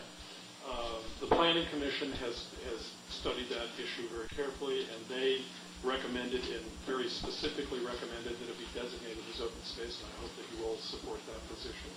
And finally, I'd like to remind you that it wasn't fully a year ago, it was probably more like 9 months ago, 1,000 citizens and workers from the city of Emeryville, in and around the city of Emeryville, presented a petition to this council asking that that area in general be thought of as parkland and open space, and this council on a 5-0 vote, that means all of you voted in favor of that vote in concept. And I think this is certainly a case of, and a place and a time where you might illustrate that you feel that way and support the people's petition and the voters. Thank you. Thank you. Dave Martin.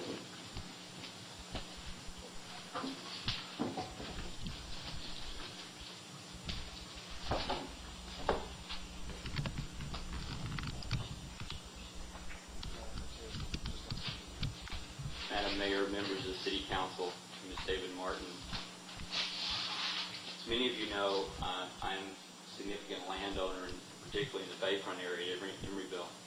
In the last 2.5 years, we spent a considerable amount of time in public hearings and the citizens' meetings with our consultants analyzing this plan, and had in all those years and here recently had several meetings with the staff expressing our concerns about the conflicts that we saw in the plan. We've had a lot of those conflicts resolved in the meetings with staff, and I'd like to congratulate them on all the hard work that they've done. I would, however, like to make a few general comments that I think need to be mentioned just one more time. And that is that the general plan, by its own recognition, is a long-term document. It makes a statement that it's a 20-year planning document, and I would like to make the point that I think in several sections that it's much longer than that. One of the greatest weaknesses that I have seen in the planning that has been done is that we today really do not have clear intermediate steps, intermediate goals to get from A to B. What we have in this document is a picture of Z somewhere way down the road. I think that was the intention. I think in itself is a fine goal, but I think that we need to look at this document and keep in mind the flexibility that we're all going to need in the upcoming months and years as we continue to deal with the balance of the properties in Emeryville that we hopefully will see redevelopment. Staff has assured us that there is a lot of flexibility and room for conformity in this plan. As an example, in some conversations we've had with staff recently, I have a specific question for Mr. Doan as it relates to a particular pending application that we have on the Emeryville Marketplace side. In the general plans you have before you, there is in effect, in the circulation plan maps, there's an elimination of the Shellmount Street, the existing Shellmount Street. As you know, we just recently passed a assessment district in the city to upgrade that street, and we're looking at the upgrade of that street as a potential main entrance into our project. It also, the plan in front of you also calls for an extension of 59th Street, or what would be 59th Street, through the Marketplace property over to what would be the extension of Bay Street. If that was interpreted specifically, that would in effect mean a severance of the existing old brick building that is there, which is, and as you know, in a lot of the planning meetings that we had before tonight, was meant to be retained. We've been assured by staff that that neither one of those two conditions that exist in the plan are both housekeeping matters, and that neither one of those two would inhibit or slow down our application process for our project in the Marketplace. And I would like just one more time, and as much as, if nothing else, an illustration of hopefully the flexibility of this plan to re-ask that question to Mr. Doan. And Mark, if I could state it again, it's not clear. Madam Mayor? So figure Where you want to go is page 3-51. It's a map called figure 3-7, circulation plan and roadway.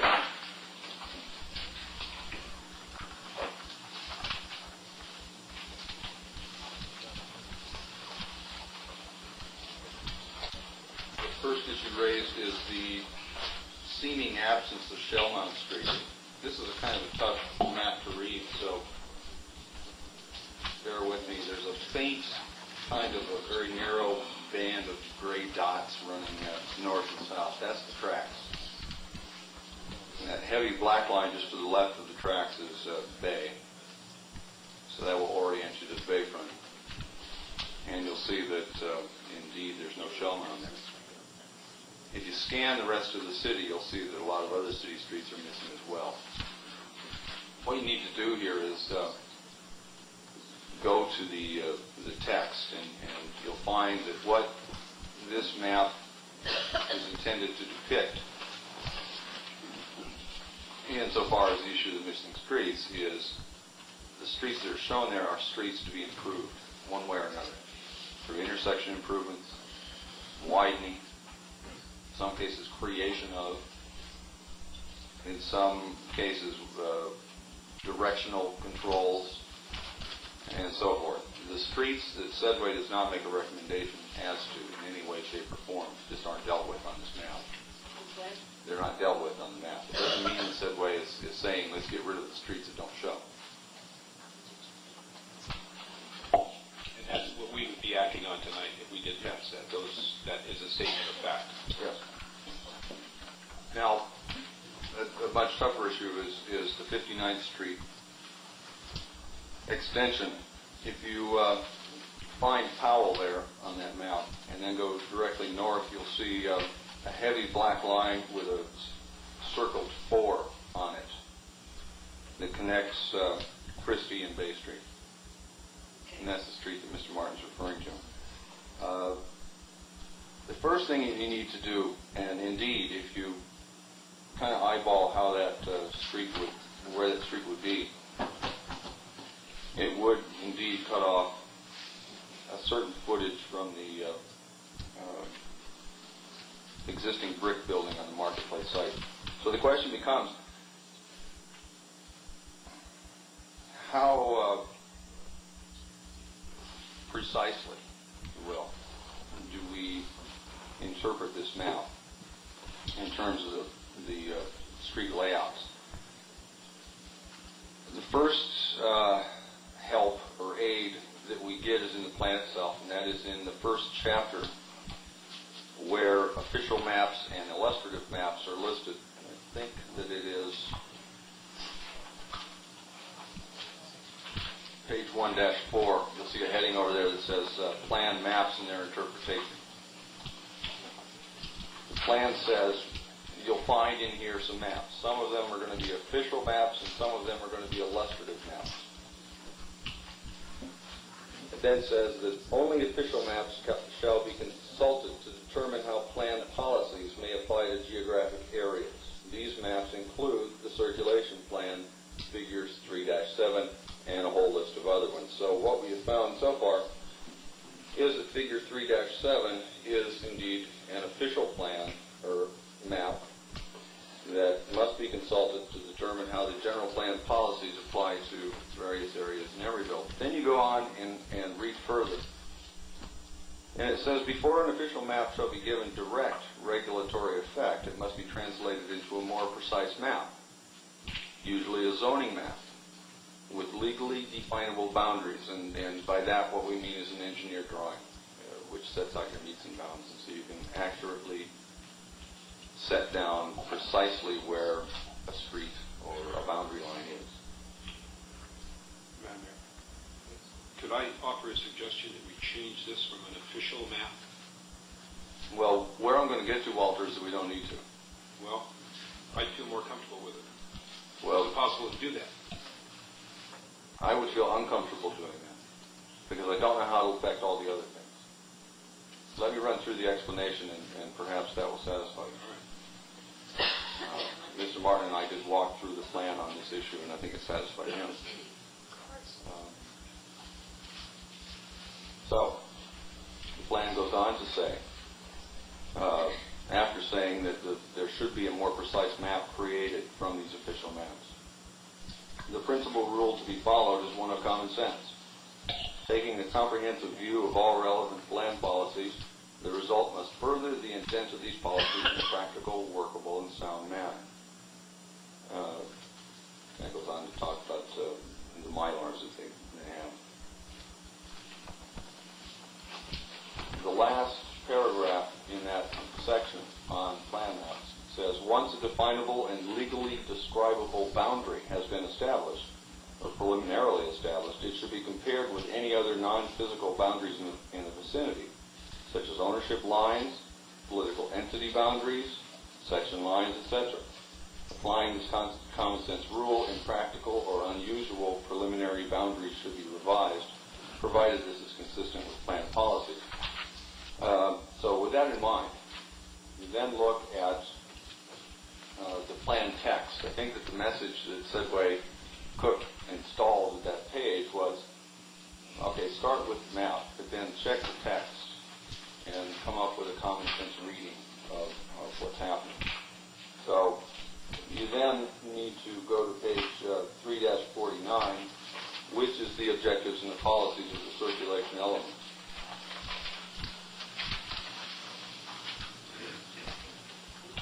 Policy 1 on page 3-48 says that the city should establish a street improvement program, including specifications and priorities in accordance with the circulation plan, figure 3-7, and should coordinate those improvements with development projects as opportunities occur for funding those projects and acquiring rights of way. Policy 3 starts off, the city shall establish the following street system.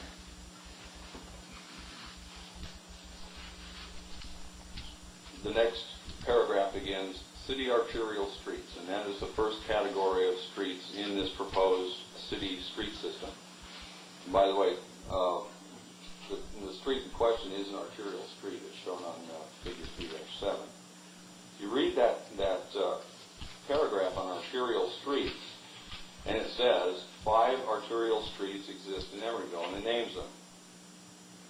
It then says the city should provide for 3 additional ones: Bay, Yerba Buena, and Christie.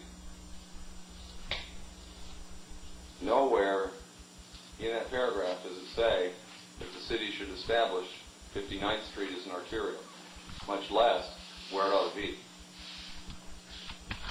Following up on that thought, the last sentence of the paragraph before it gets to the list of bullets there says significant arterial street improvements proposed are, and there's 6 of them. Continuation of Bay Street under Powell, crossing Powell by Christie, so forth and so on. Again, nowhere in that list of 6 is 59th Street mentioned at all.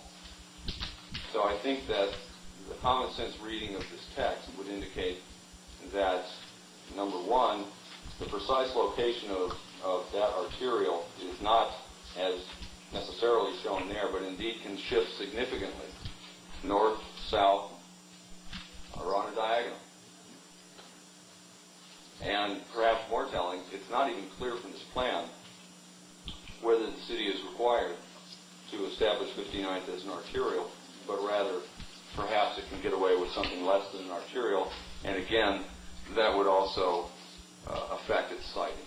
So therefore, my reading of the general plan is that the layout of the 59th Street Extension Street is not precise, is not intended to cut off the end of the marketplace building there, and indeed will depend on more precise studies as contained in the proposed zoning ordinance, which again we'll be following along pretty soon.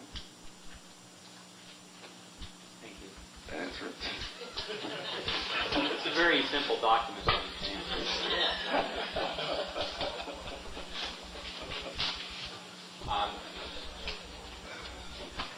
The point I was hoping to make, and perhaps Mr. Dunn Doan would like to expound on this, is that I think the document that you have before you, the clear intention was that it is an overview, conceptual overview document, a guideline, and not a document that's etched in stone, which includes its text and its map.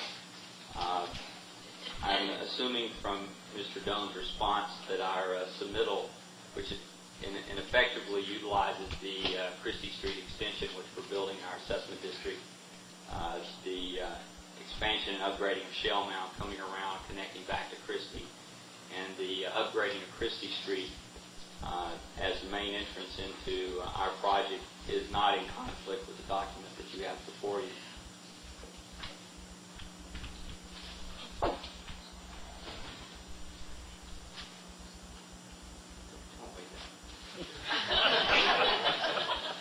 Well, that was a broad hypothetical. If the question is, does figure 3.7 blow you out, the answer would be no. Well, let me try to make it very specific. You're familiar with the proposal we have in front of you, which has the Christie Street extension, which is approved and proposed to be under construction. The expansion and upgrading of Shell Mount Street, in our submittal to you, we have apparently reached an agreement on the installation of a base street. That configuration that you have before you, submittal, is not in conflict with this document that's being asked to be approved tonight. So the hypothetical would include an 88-foot right for base. Right.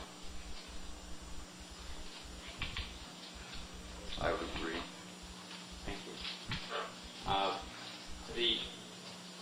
The point I was hoping to make, Mark, for the record, is that there's a lot of flexibility needs to be kept in mind when this document is read, and as we use it in the future to continue on with the future developments in the city, and that I hope that there's an understanding of the council and with the public that a lot of the maps that are shown in there are not etched in stone, and there is some flexibility needed, in the future. That's staff's position. I'd also like to ask two other questions. Would be my recommendation to the council that staff be urged to start immediately on not only the amendments that have been recommended tonight, but also on the housekeeping matters. And Mark, if I understood you earlier, the housekeeping matters, as an example, the zoning on a PIE property where a shopping center is under construction, and those types of issues, which are more house cleaning issues, could be done on a fairly quickly, as in a few months or. Oh yes, I think so. And so those could almost be done as a separate agenda as to the major amendments. Yes. And we would like to urge the council to urge the staff to commence work on that immediately. We think that there are a lot of those that have been identified in here, and we've communicated our list of staff. And I think there's a mutual agreement on those things that need to be cleaned up. I would also like to encourage you to take the recommendations in the staff report as to the changes that they suggest as well. Thank you. Thank you, Mr. Mayor.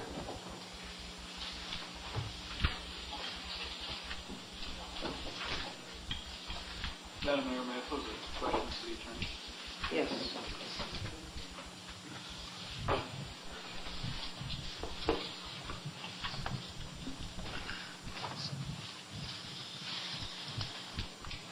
Mark, I had just a quick question. If we were to make these amendments after passing a general plan or the general plan, how much time do you think that would take?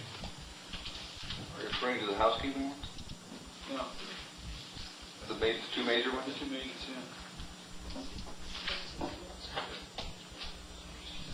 yeah. Without wishing to be held to this, monetarily or physically, 6 months.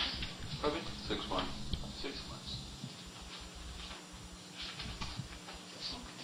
I also ask Greg Harper. Greg, do you see any problem with these two changes, these two amendments?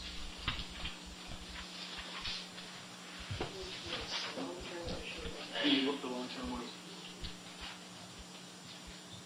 You're speaking of the Shell Mound versus Bay Street? Right. Adding the use of R&D down there and also the Bay Street Shell Mound issue, yeah. Do you see any problems with those? Well, I think that you have to, traffic is the main consideration in the whole plan. And to do anything like that, you got to look at your traffic assumptions and what you're trying to do with traffic and see if you accomplish the same thing. And hope you do, if you want to do that. If it were accomplishing the same goals, then do you see any problem with that? Well, I don't know exactly what amendment they're talking about. So it just said generally something, so I'm not exactly sure where it turns into what, does what the thing. I think the plan's always provided for a time when Bay Street, when Shell Mound would take Bay Street around Pfizer for at least for the near future, for some time. And how long that would last is anyone's guess. I think that's always been the intent of the general plan, to do that. In fact, as Dave Martin says, the general plan did not say how you get from A to Z, and that's because that is dependent upon how development comes about, and that's one of the ways. You say, well, for the next 6 or 8 or 10 or 12 years, it looks like this will have to do, and you do it. Okay, and regarding the adding the R&D as a use, do you see any problems with that? Do you have any gut feeling on that? I don't know. I'd have to see. I don't think so. Not per se. I don't think it has any problems to it. Thank you. I appreciate you. I have 2 more speakers here. Have Stephen Block.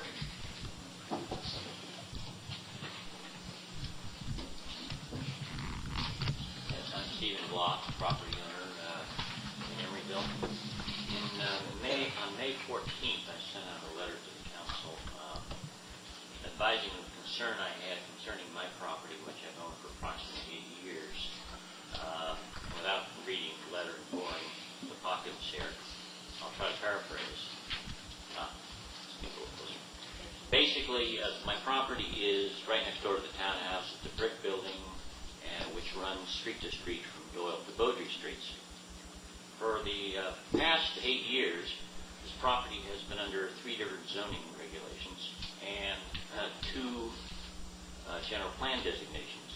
I have been fervently hoping that in the new general plan that these issues would be rectified, but unfortunately, as it currently stands, my property is split in a north-south direction by a general plan designation of residential on one side and mixed use on the other. Even though I've been assured that this plan is not site-specific, I think I've heard enough tonight to believe, at least, that I don't know if I fall under a housekeeping item or whether I fall under future zoning changes. But if it goes back to zoning, the zoning mandate is that the zoning must follow the general plan. So I'm afraid that, again, I may be suffering a zoning issue which splits my building in half as well. So I feel I have to address the council tonight, even though this is a very minor matter in the larger scope that you're trying to deal with. Perhaps the attorney representing staff has some comment on the letter I sent.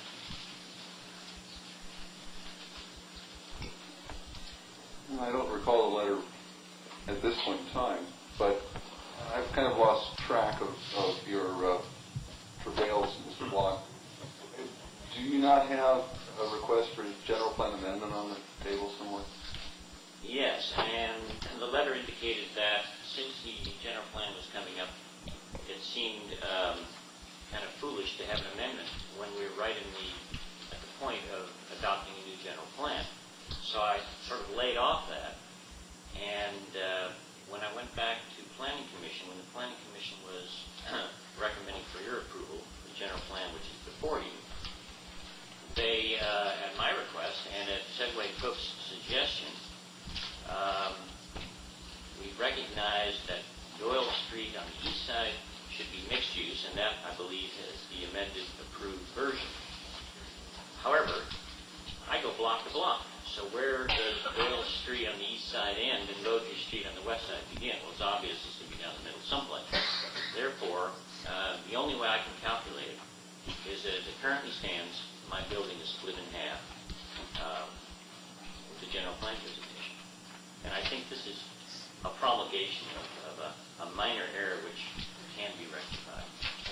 Mr. Block, is your property two parcels or one parcel of land? It's two parcels.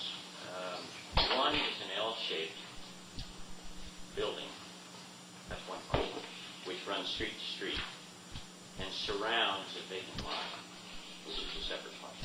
So your concern, is it based upon the parcelization of your property? If you're worried about the zone being in one side and the zone being a different on the other The side? vacant lot is not the issue here. The issue is that currently, if you look at and do any scaling or any visual interpretation of the plan, my building is going to be split with the general plan designation. Well, with a typical zoning ordinance follows parcels. A parcel is not zoned half residential and half commercial. It's either the parcel has a zoning designation or it has a different zoning designation. So one individual parcel cannot have, correct me if I'm wrong, one individual parcel cannot have two different zoning classifications. Well, it had it for 8 years. In the past, so I'm a little concerned. in the past, Emeryville and a lot of cities have done a lot of things, but in the future, the city council cannot legally give you two zoning classifications on the same parcel. Would you agree with that? Oh, yeah, absolutely. Is the property in a single lot status, or have you got two lots? My total property represents two lots, And one of which is an L-shaped building running partially street to street and L-shaped is L-shaped. And the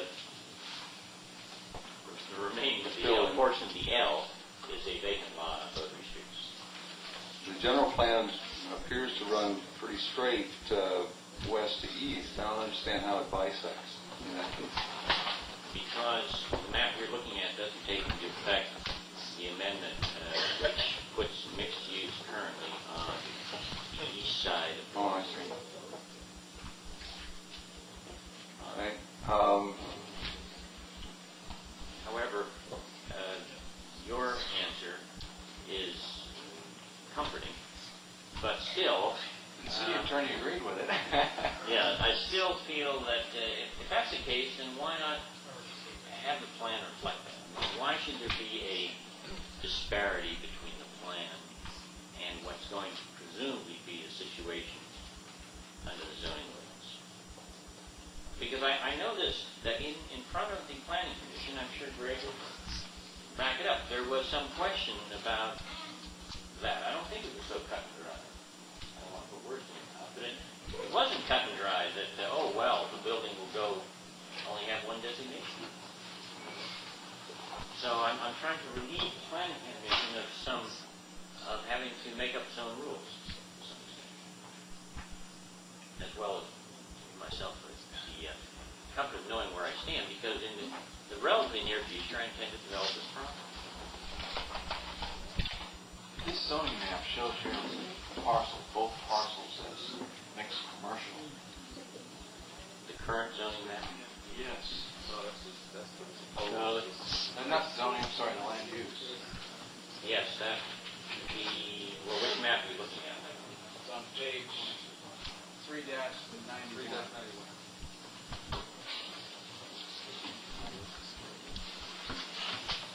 Perhaps with that, in effect, with the city cannot zone one parcel of land with two different classifications, does that resolve your difficulty? Well, 3-91, in order to get the current status of Doyle Street on it has to be amended slightly with a series of little mixed-use checkers going down Doyle.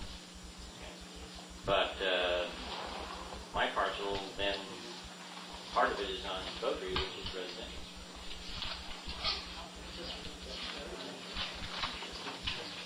I've got large scale maps here.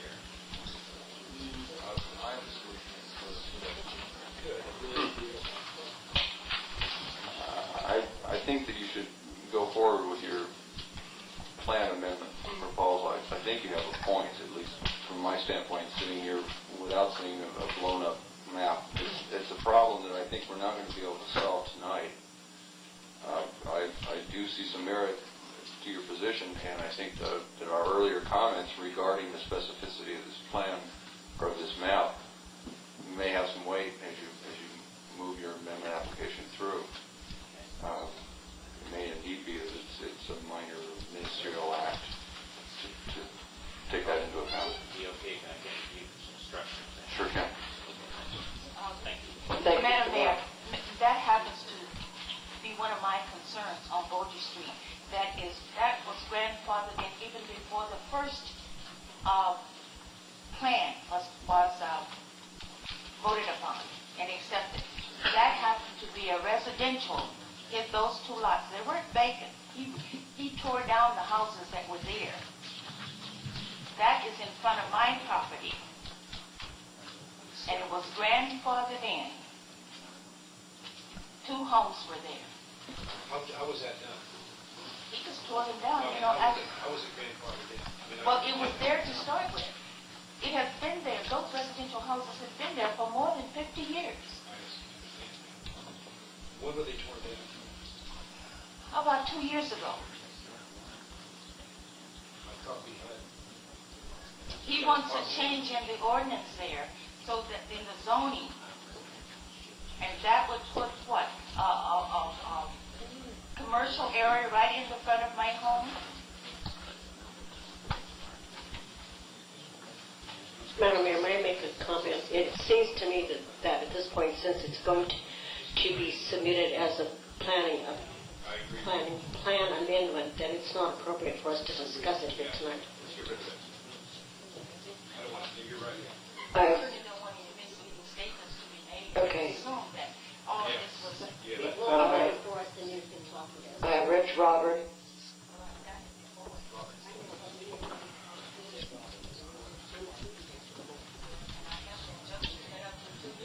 Okay. Without addressing the specific projects, I want to just address the need for the general plan. If it isn't passed, Emeryville loses total credibility with not only the adjoining cities, but with its own staff to kind of continue and structure what type of development we're going to have. Now, one of the things that this document does do is give us a great deal of flexibility. There are traffic studies going on right now for redevelopment, and then we continue to go on in a wider area to take into account Oakland and Berkeley, which someone mentioned earlier about Caltrans and the Ashby Interstate and what we're doing on Powell Street. This is a document that will lend credibility to that. Now, I've been a proponent of this document. It's a very imperfect document. It has tons of mistakes in it, but it's a beginning structure. It's flexible and it allows change during each year and during the course of the horizon of 20 years. Without it, though, we're going to be in trouble because it's catch as catch catch. Now, I'm a developer, and sometimes those loopholes help and sometimes they hurt because it means that you can do a wonderful development and next door to you, you can have a terrible development. So there's a compatibility factor which we're striving for. As far as the streets and changes which are proposed, I've always been in favor of bypass and 110 feet to Bay Street, as Mr. Doan knows. But it does have a document where staff and council have the flexibility to make changes if they see fit. I think it does attack the union condition in Emeryville, which seems to fall by the wayside 9 times out of 10, and brings about amenities and planning, and some of these things are missing and have been missing for the last 10 years. We now have money to take care of some of these things, either through redevelopment or the development that has been taking place lately that will add to the tax rolls. But I think more important, it's a statement. I mean, there are no more tomorrows. I I think there's a favorite expression that Dante used, which is, all those who remain neutral in times of crisis have a special place reserved for them in hell. Well, we're not that far yet, but we're close. So I really do sincerely urge you, go forth with this. I mean, it's flexible. You know there are going to be changes. There are going to be changes every year with every development and every change in the neighboring cities and what they do. But I think we've run out of time and we better act now. And I don't think anything more can be said about it. It's not a perfect duck. Thank you, Mr. Robbins. I move approval. Okay, Well, can I walk you through exactly what it is you're voting on before we make any motions at all? All right. So that, first, you want to take up B first. You want to do the EIR first. And then you want to do A. And those need to be separate actions. How much are amendments? Yes, I wanted to run through those. To take them in the order of my presentation, though, Roy Gorman, who I think you all have met, has reminded me that there are some reference documents that really formally ought to be part of the administrative record. Those reference documents, which by this reference we are including in the administrative record, are the Oakland and Berkeley general plans, the Berkeley Santa Fe general plan, and the MTC I-80 corridor study. So those three additional documents are now in the administrative record. Staff then would recommend your passage of the general plan with one minor change.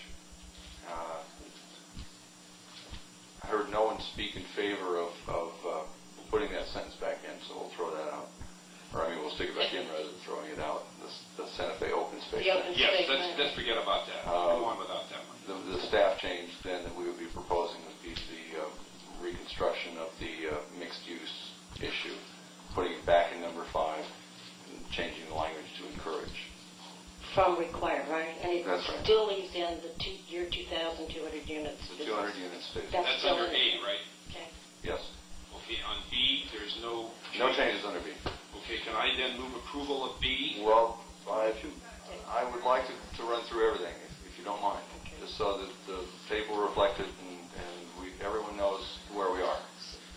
All right. We have talked about some 3 or 4, and we've... Beg your pardon? Have you closed it? Not as yet. And we have designated housekeeping items, and I believe that we've identified the PIE site and the intersection. We would suggest, it doesn't need to be part of the motion, but we would suggest that your passage would be a message that we were to bring those to you in short order, on the order of 2 or 3 months. Then there are the 2 amendments, which are the Bay Street realignment and the Jackson property and River Buena property land use issues. And we would consider that your approval would be direction to us to bring those along also as fast as possible, our estimate being 6 months. And with that, we recommend your approval. You should close the public hearing. Public hearing is now closed. I move approval of 3B first. Excuse me, can we generate some discussion or something? There may be some amendments to the motion, or you may want to reflect other council members' concerns in your motion. Go right ahead. Well, before we do that, you're making a motion that we approve the environmental impact. That's right. Okay. 3B. You're going to do that first. Yes. I second that. All those in favor signify by saying aye. Aye. Opposed? All the ayes have it. Then move approval of 3A with the amendments and recommendations as offered by the city attorney. Right now, the change that's to be made right now about the open space. The open space is no, gone. no, not that one, the other one. The one The that 20% requirement is gone. Right. Okay. So those 2, not both of them, but just that one. The 20% requirement is no longer part of the language. Is that correct? Oh. Well, requirement is no longer part of the language. Right. Requirement becomes encouraged. Encourage, I beg your pardon.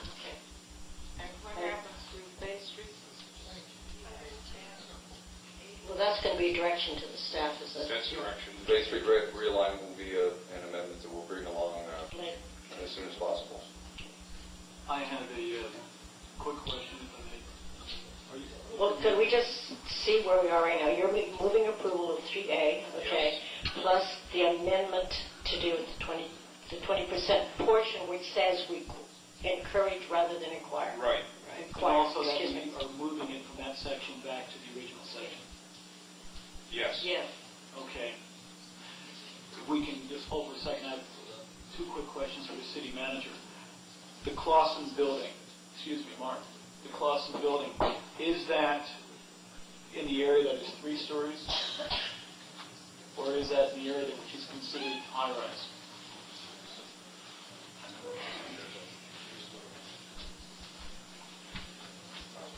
If it's concerned, you know about that 6-story or what? Well, I'll tell you why. If it is considered Clausen building next to PPP, if it is considered to be in the area of like 4 to 6 or 4 to 8 stories high, it obstructs views, and obstructing views is in conflict with the general plan, so we have another conflict within the plan. That's why that issue is particularly important. If it is up to 3 stories, then it is not it becomes a non-issue. I think, as it would probably not be obstructing any views because of the low height. When does it start to be a problem? Probably right at about 3 stories. Considering, about 3 stories. So this is, you're saying low rise, 2, 3 stories. Okay. I would also just like to put into the record then the fact that would be a problem with even a 3-story building if in fact it did obstruct views, because that would be a conflict with the plan as written right now.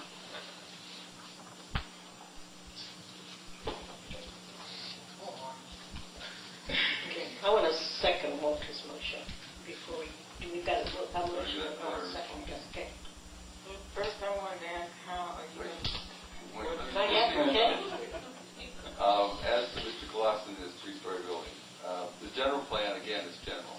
And I think that before Mr. Clausen can develop his property, he's going to have to look at the zoning ordinance. Because the zoning ordinance is really going to control the nuts and bolts of how high he can develop within a permitted range of stories. And upon what conditions. The general plan is simply establishing a policy that as you step down towards the freeway, particularly on that site, you go to progressively lower heights. On that site ought to be somewhere in the neighborhood of 0 to 3 stories. That's all. After that, we're going to need the zoning ordinance and so forth to establish the standards by which this building or this development application, if it ever comes, will be judged. Okay, and the last question I had for you would simply be, is there any value or any practicality right now in going ahead and deleting reference to Shell Mound Street as going through that property, since we found that it's inconsistent? You mean 59th? 59th, yeah. I don't think we need to play with that at all. Okay. I don't have any further questions. Thank you. But how are you going to present back Bay Street to us? Later. I know later, but how? With different options or what? Yes, we'll have optional alignments south of Powell. One of the things that we do want to look at is exactly, Chairperson Harper was correct in that everyone always sort of assumed that we would veer around Pfizer at some point. Has not been stated in this document, at least with any kind of detail that gives Pfizer comfort. And so therefore, that's why we're proposing the amendment.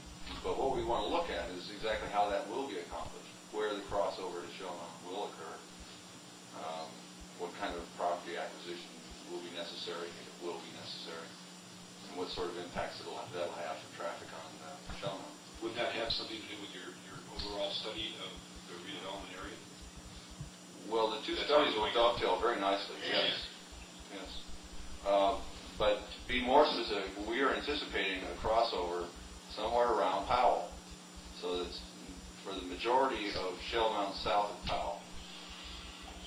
judson for the basement. Bay will run along, or bay will veer over to the center.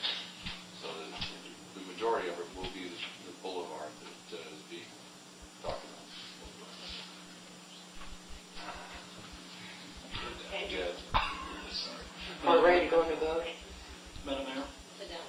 Portion of it, we can vote on that portion of 3A plus that one. Walter, I wanted to ask you, is your motion then including also direction to staff that provides that staff come back immediately with those amendments? Okay. Okay. Everything you said. Now it's all set. The motion's been made, it's been seconded. All those in favor signify by saying aye. Aye. Opposed? 5 ayes have it. Thank you very much.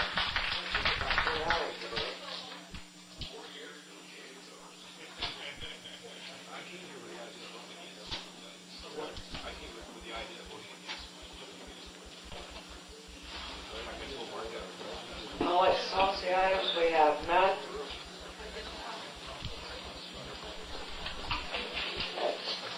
Administrative item, item A, acceptance of work completed for construction of curb, gutter, and sidewalk and street improvements, project number EPW 106-86.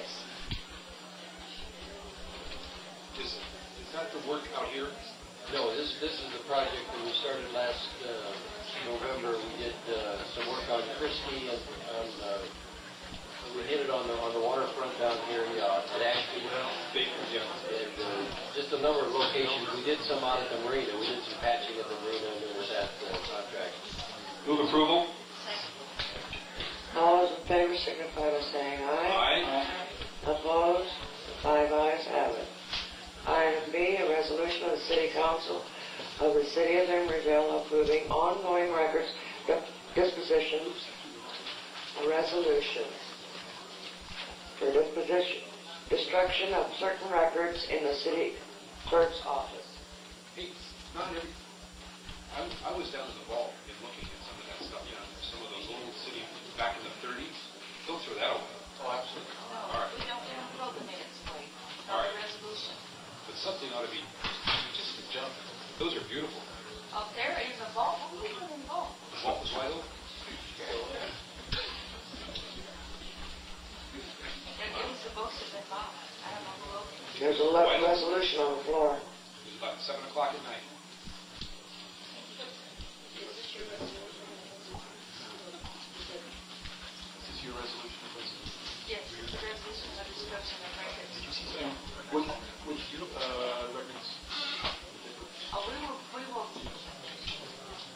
We will go through the records and make a list out of it and give them to the city attorney for approval. Okay. I move approval. It's a project that you have to Okay. do about. Second. All those in favor signify by saying aye. Aye. Opposed? 5 ayes have it. We have the consent calendar containing the minutes of meeting night of May 19th, 1987. Move approval. I was hurry.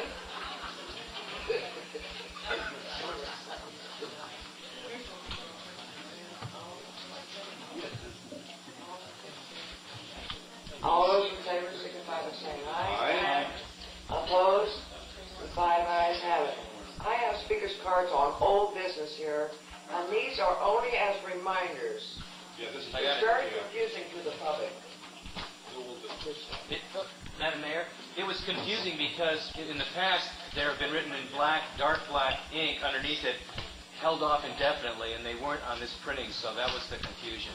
Anything listed is just a reminder under old business. It's just as a reminder. Thank you. That's all. Could I just say something? Sure. And if it is going to be discussed on the agenda, according to our rules and procedures, it will be moved off the old business into its proper category. Oh, good.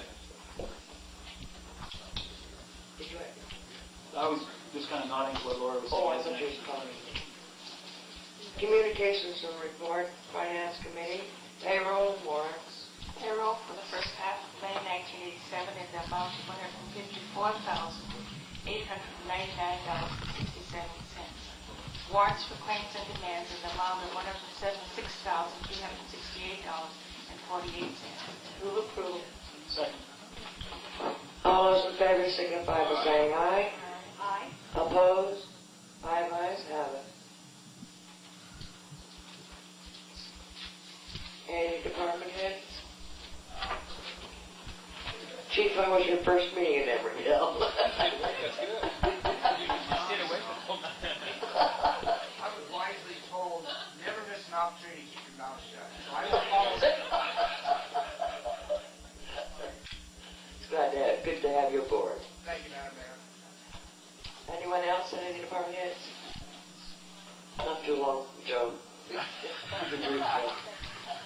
You have a meeting scheduled for Thursday night. Sure you want to come back here 2 days from now? No. No. Shall we cancel? Cancel the 4th and we'll keep the 9th. Okay, very good. Good. Okay. Just received a notice in the mail about Throw it away.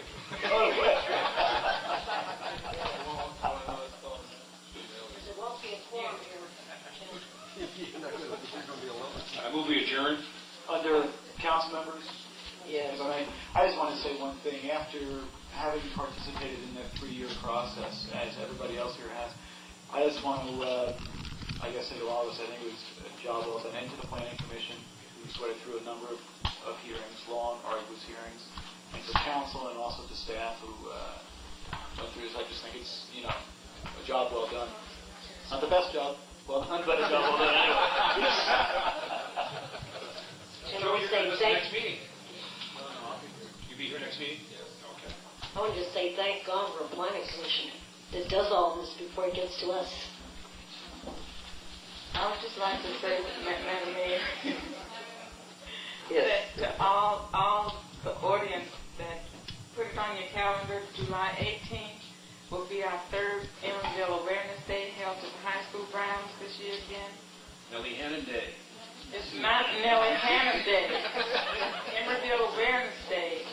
I feel very strongly about this day because I feel that it's a day where us as elected officials and the city staff, we go out and do this big barbecue and have fun and serve our constituents out there, That's mingle this year.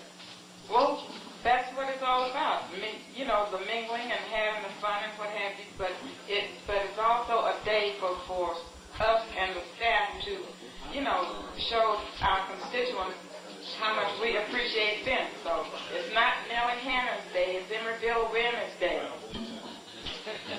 Come and see, Walter. Come and see. Joe, you had something in there about personnel. That can wait till the 9th. Thank you. Move to adjourn. I did that one time. Second.